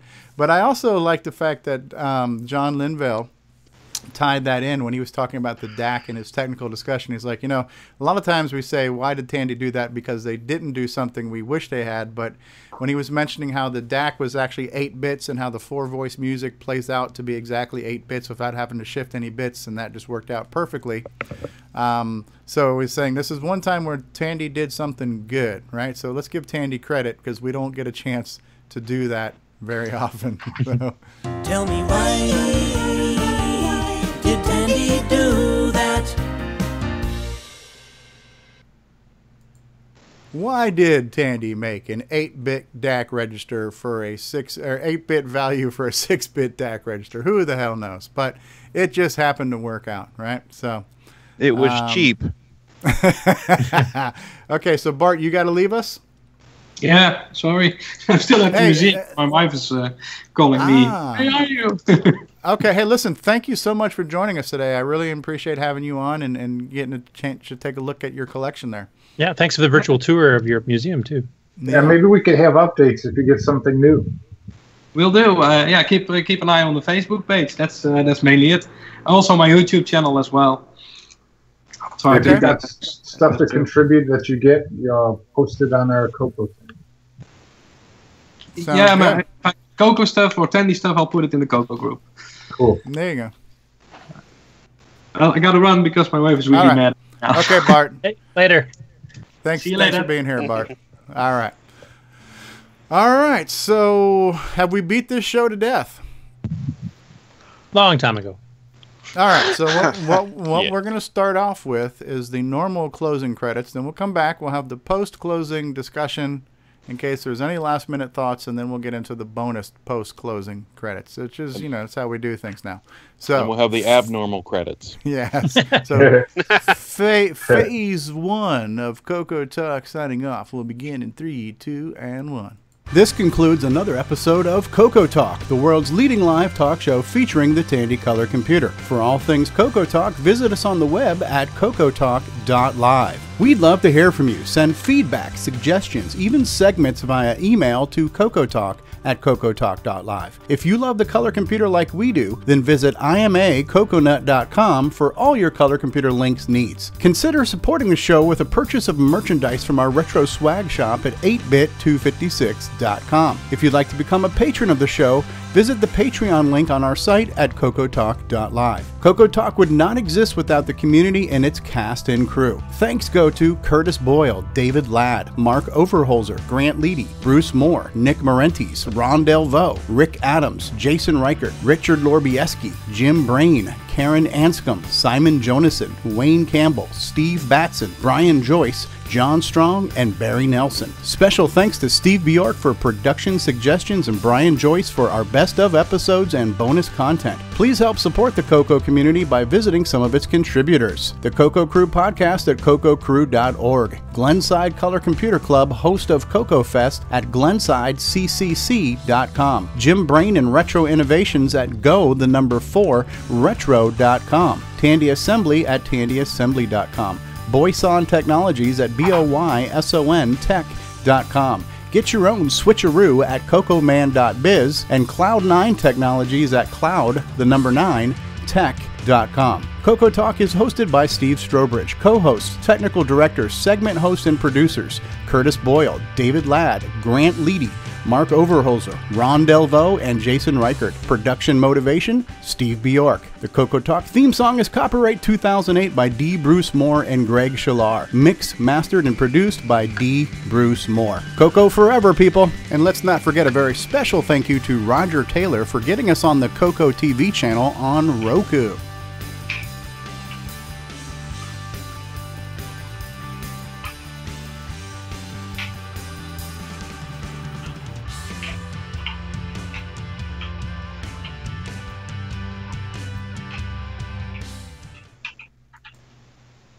All right. Well, in case you weren't aware of it, as Ron Delvaux has had up on his screen, you are watching CoCoTALK. So, yeah, we've had on the live chat, too. It's scrolled so much, I don't have everybody who has been here from the beginning, but Fedor has been here. Our Bart from Home Computer Museum. Paul Fiscarelli has been here. Ken Make It. Ken Reichard. D. Bruce Moore. So just saying hi for a second. Evan Wright came by. Retro Innovations has been here. Who else? Mikey stopped by. He likes it. He likes it. Hey, Mikey. Retro Innovations was here. Disney Saints fan was here. I'm sorry I missed you there. Backhand Sandwich says, any Commodore 116s or 364s? I missed that question there. We had a lot of screens moving around. Rob Inman says, Coco Man live from the Red Light District. That was funny. Jim Gerrie was here. And hopefully we represented the MC10 in a positive light this week. So, yeah, a lot of people in the live chat, and I'm sorry if I didn't get a chance to recognize all of you.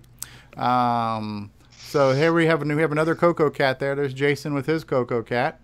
Hello, Coco Cat. Rocky has made an appearance. Meow. All right. There we go. We've had at least 3 cats on the show today. All right, and that's a good thing. Mark Overholser, you've been kind of quiet. Everything good with you?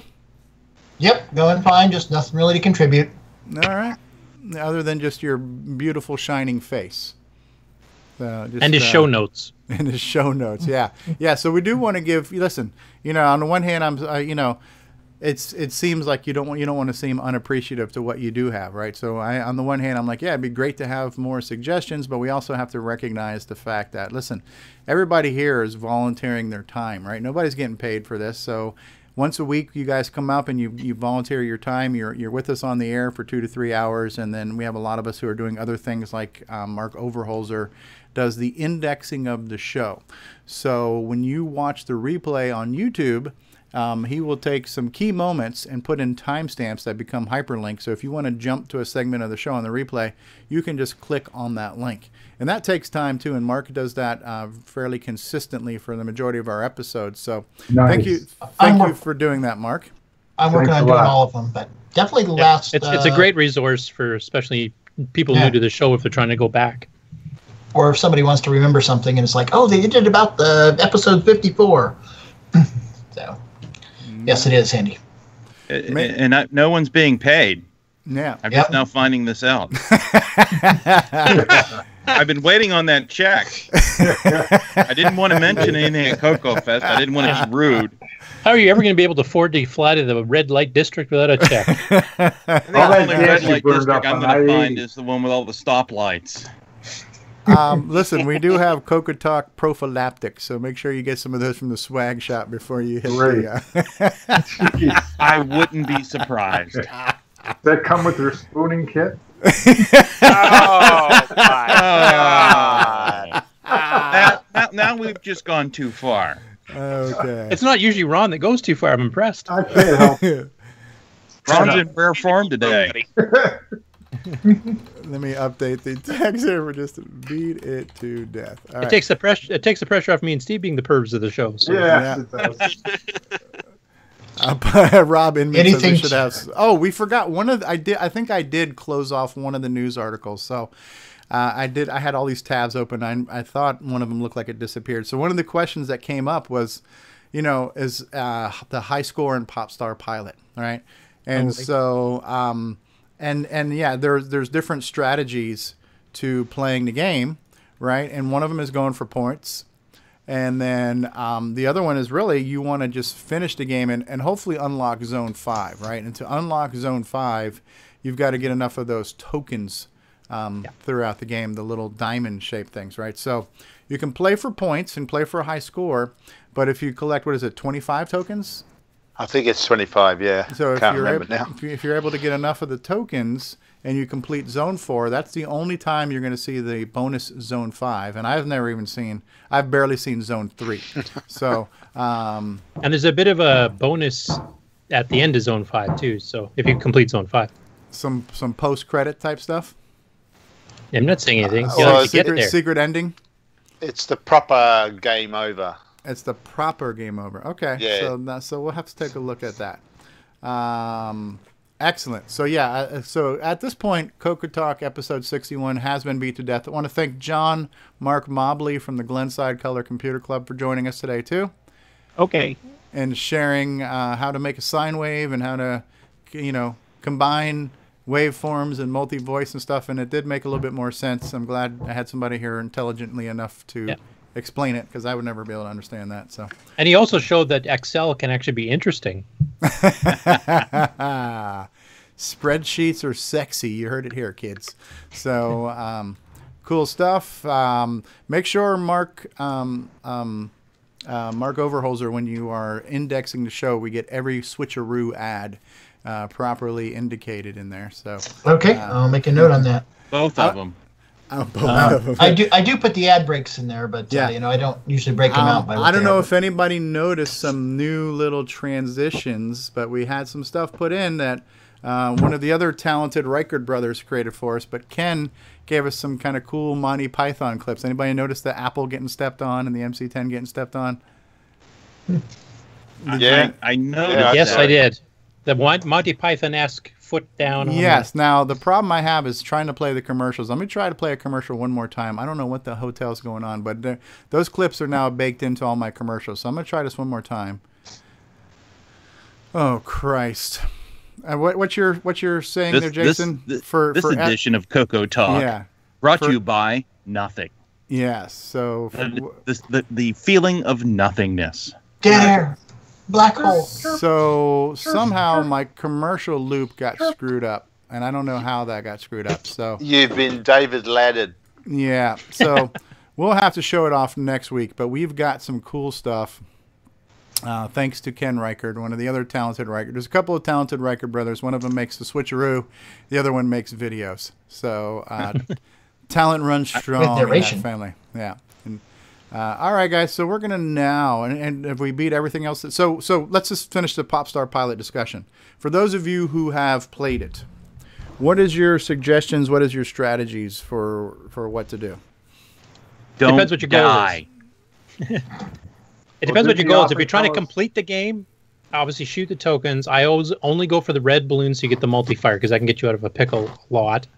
And don't go for every balloon, like for points, etc. Like the white ones, that's just bonus stuff. If you're trying to get through Zone 5, you concentrate on getting as much firepower with the red balloons as you can so you can get out of jams easier. And then you have to get used to the flying around and memorize the maps too, because when you know where things are, it's a lot easier to get through. If you're going for points, pick one of the levels that has free man on it. Make sure you get the free man. Shoot as many balloons as you can that level, and then right before the end, die. And then you'll go back and then just rinse and repeat. You just keep going through, get your free man, get as many points as you can from balloons, die again before going to the next level. And then you literally, if you get good enough, you can play forever if you want to rack up a high score. Okay. Hey, but it's always fun. You never see the later zones, though. Right. Yeah. David Ladd just chimed in the chat. All right. You did? Okay, time to end.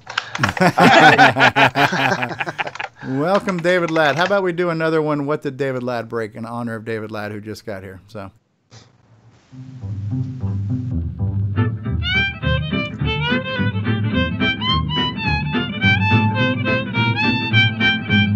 Hit it.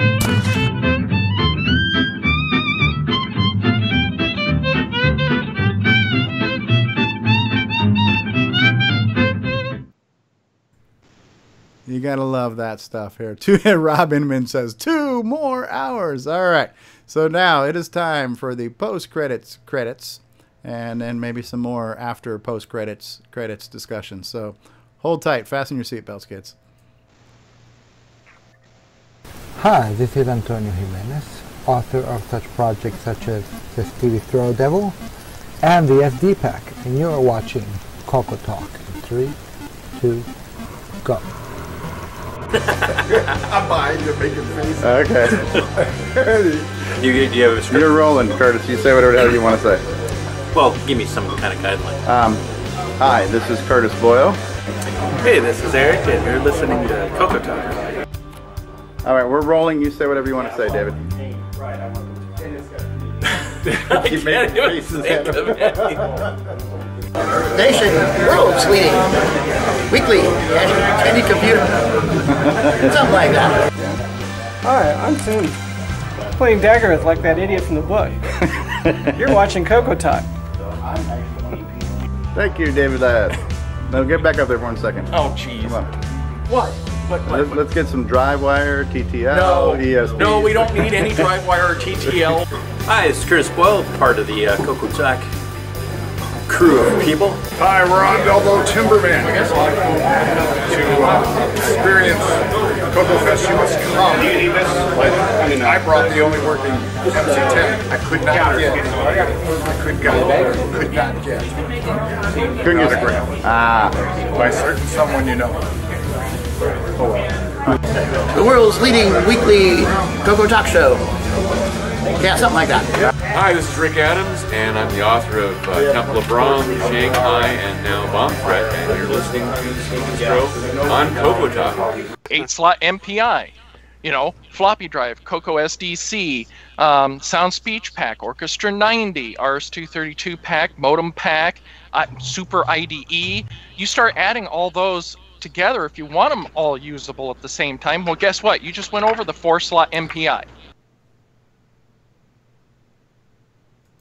All right, now the show is potentially officially over, but we've just been trolled by Steve Bjork in the chat. He goes, "Does this show ever end?" Yeah. This is the show that today playing the part of Jim Brain is Steve Bjork. The part of Jim Brain is Jim Brain was here earlier, a couple hours ago.